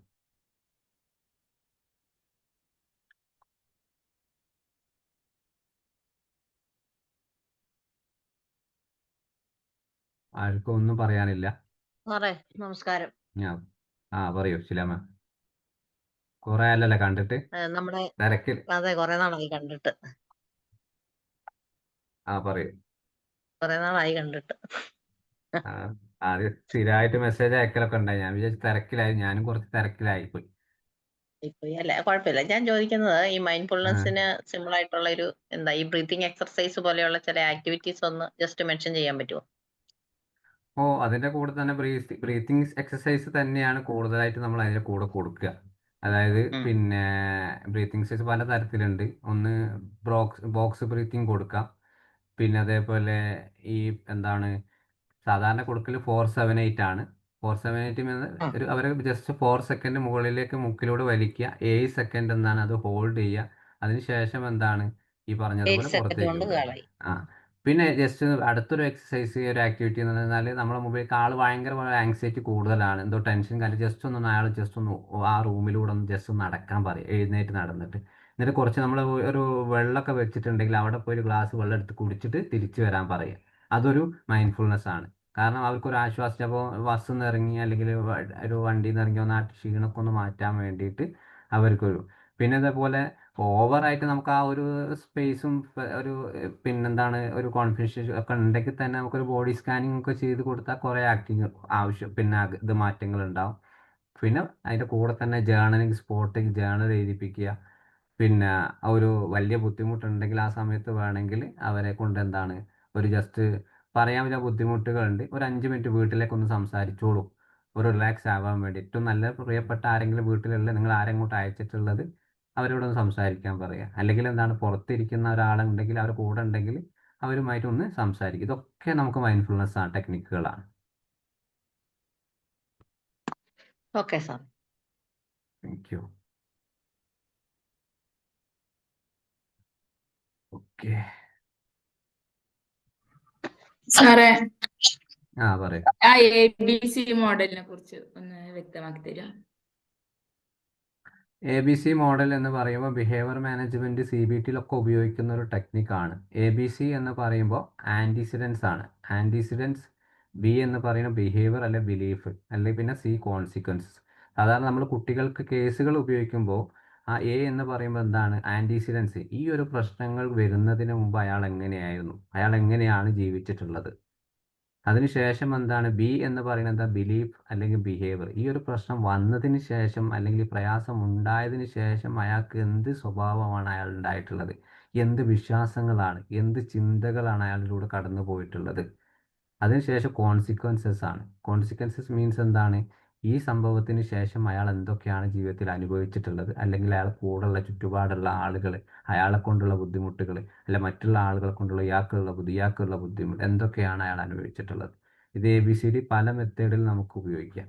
അതേ സമയത്ത് ഇവിടെ നമുക്ക് എന്താണ്, ഒരു മൈൻഡ്ഫുൾനെസ് സെഷനിലേക്ക് വരുന്ന സമയത്ത് നമ്മളൊരു ബ്രീത്തിങ് എക്സസൈസ് കൊടുത്തു കഴിഞ്ഞാൽ തുടങ്ങുന്നതിന് മുമ്പ് അവരോട് പറയുക നിങ്ങൾക്ക് എങ്ങനെയായിരുന്നു ഫീലിങ്സ് ഉണ്ടായിരുന്നത്. തുടങ്ങിക്കഴിഞ്ഞ ശേഷം എന്താണ് നിങ്ങൾക്ക് മാനസികമായിട്ട് എന്തൊക്കെ മാറ്റങ്ങളാണ് അപ്പം നിലവിലുള്ളത്. ബിലീഫ്, ബി എന്ന് പറയും ബിഹേവിയർ. ഈ ഒരു ചെയ്തതിന് ശേഷം നിങ്ങളുടെ മനസ്സിലൂടെ എന്തൊക്കെ ചിന്തകളാണ് കടന്നു പോയിട്ടുള്ളത്, എന്തൊക്കെ പ്രയാസങ്ങളാണ് മനസ്സിലേക്ക് കടന്നു വന്നിട്ടുള്ളത്.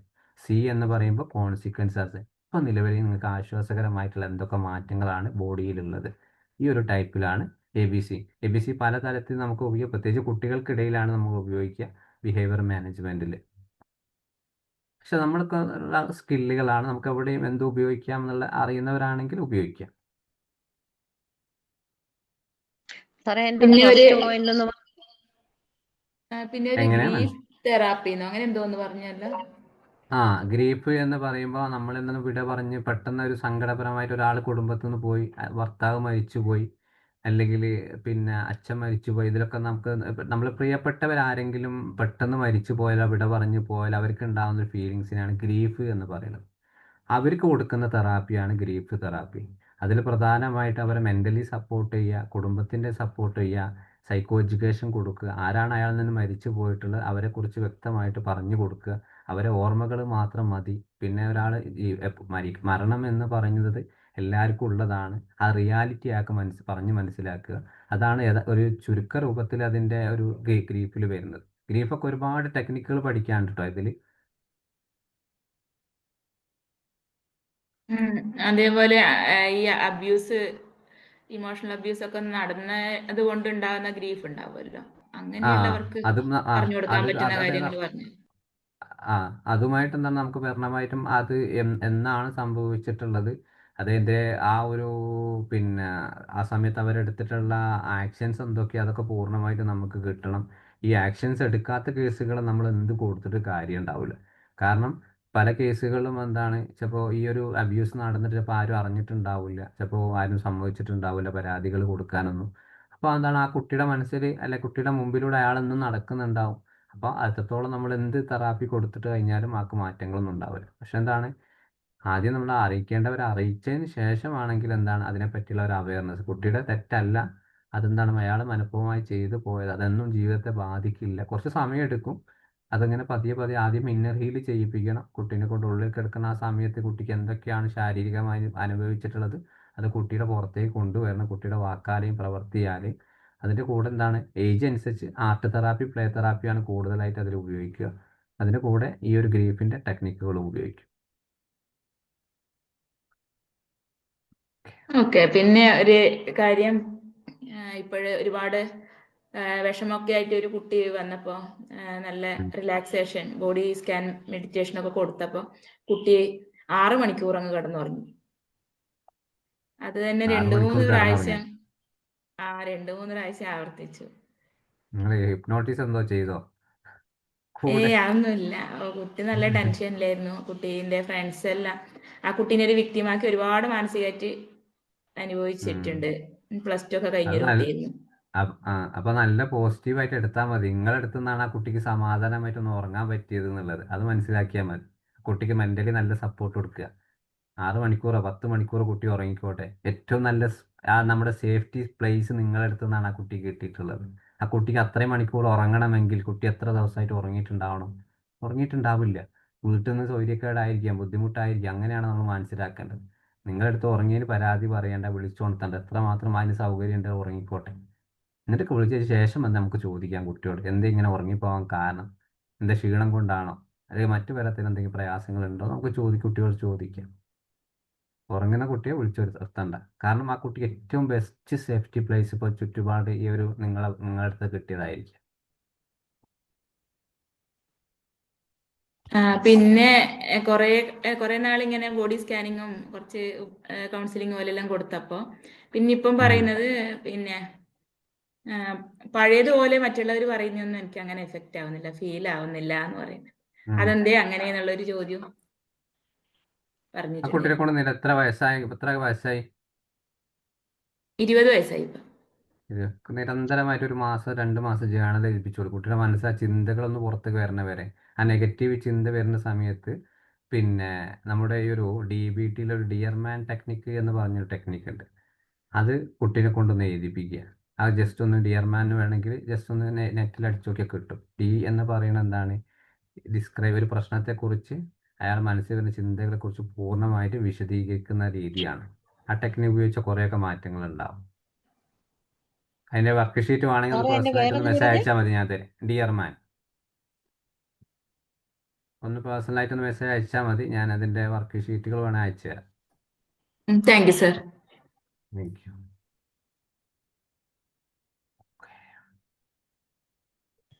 ഇനി എന്തെങ്കിലും ക്വസ്റ്റ്യൻസ്? അല്ലേ നമുക്ക് വൈൻഡപ്പ് ചെയ്യാം. അടുത്ത ആഴ്ച കാണാം. ഓക്കെ സാറേ, thank you. Okay, thank U. Good night. Good night. Thank you, sir. Night. Good night. Thank you. Thank you.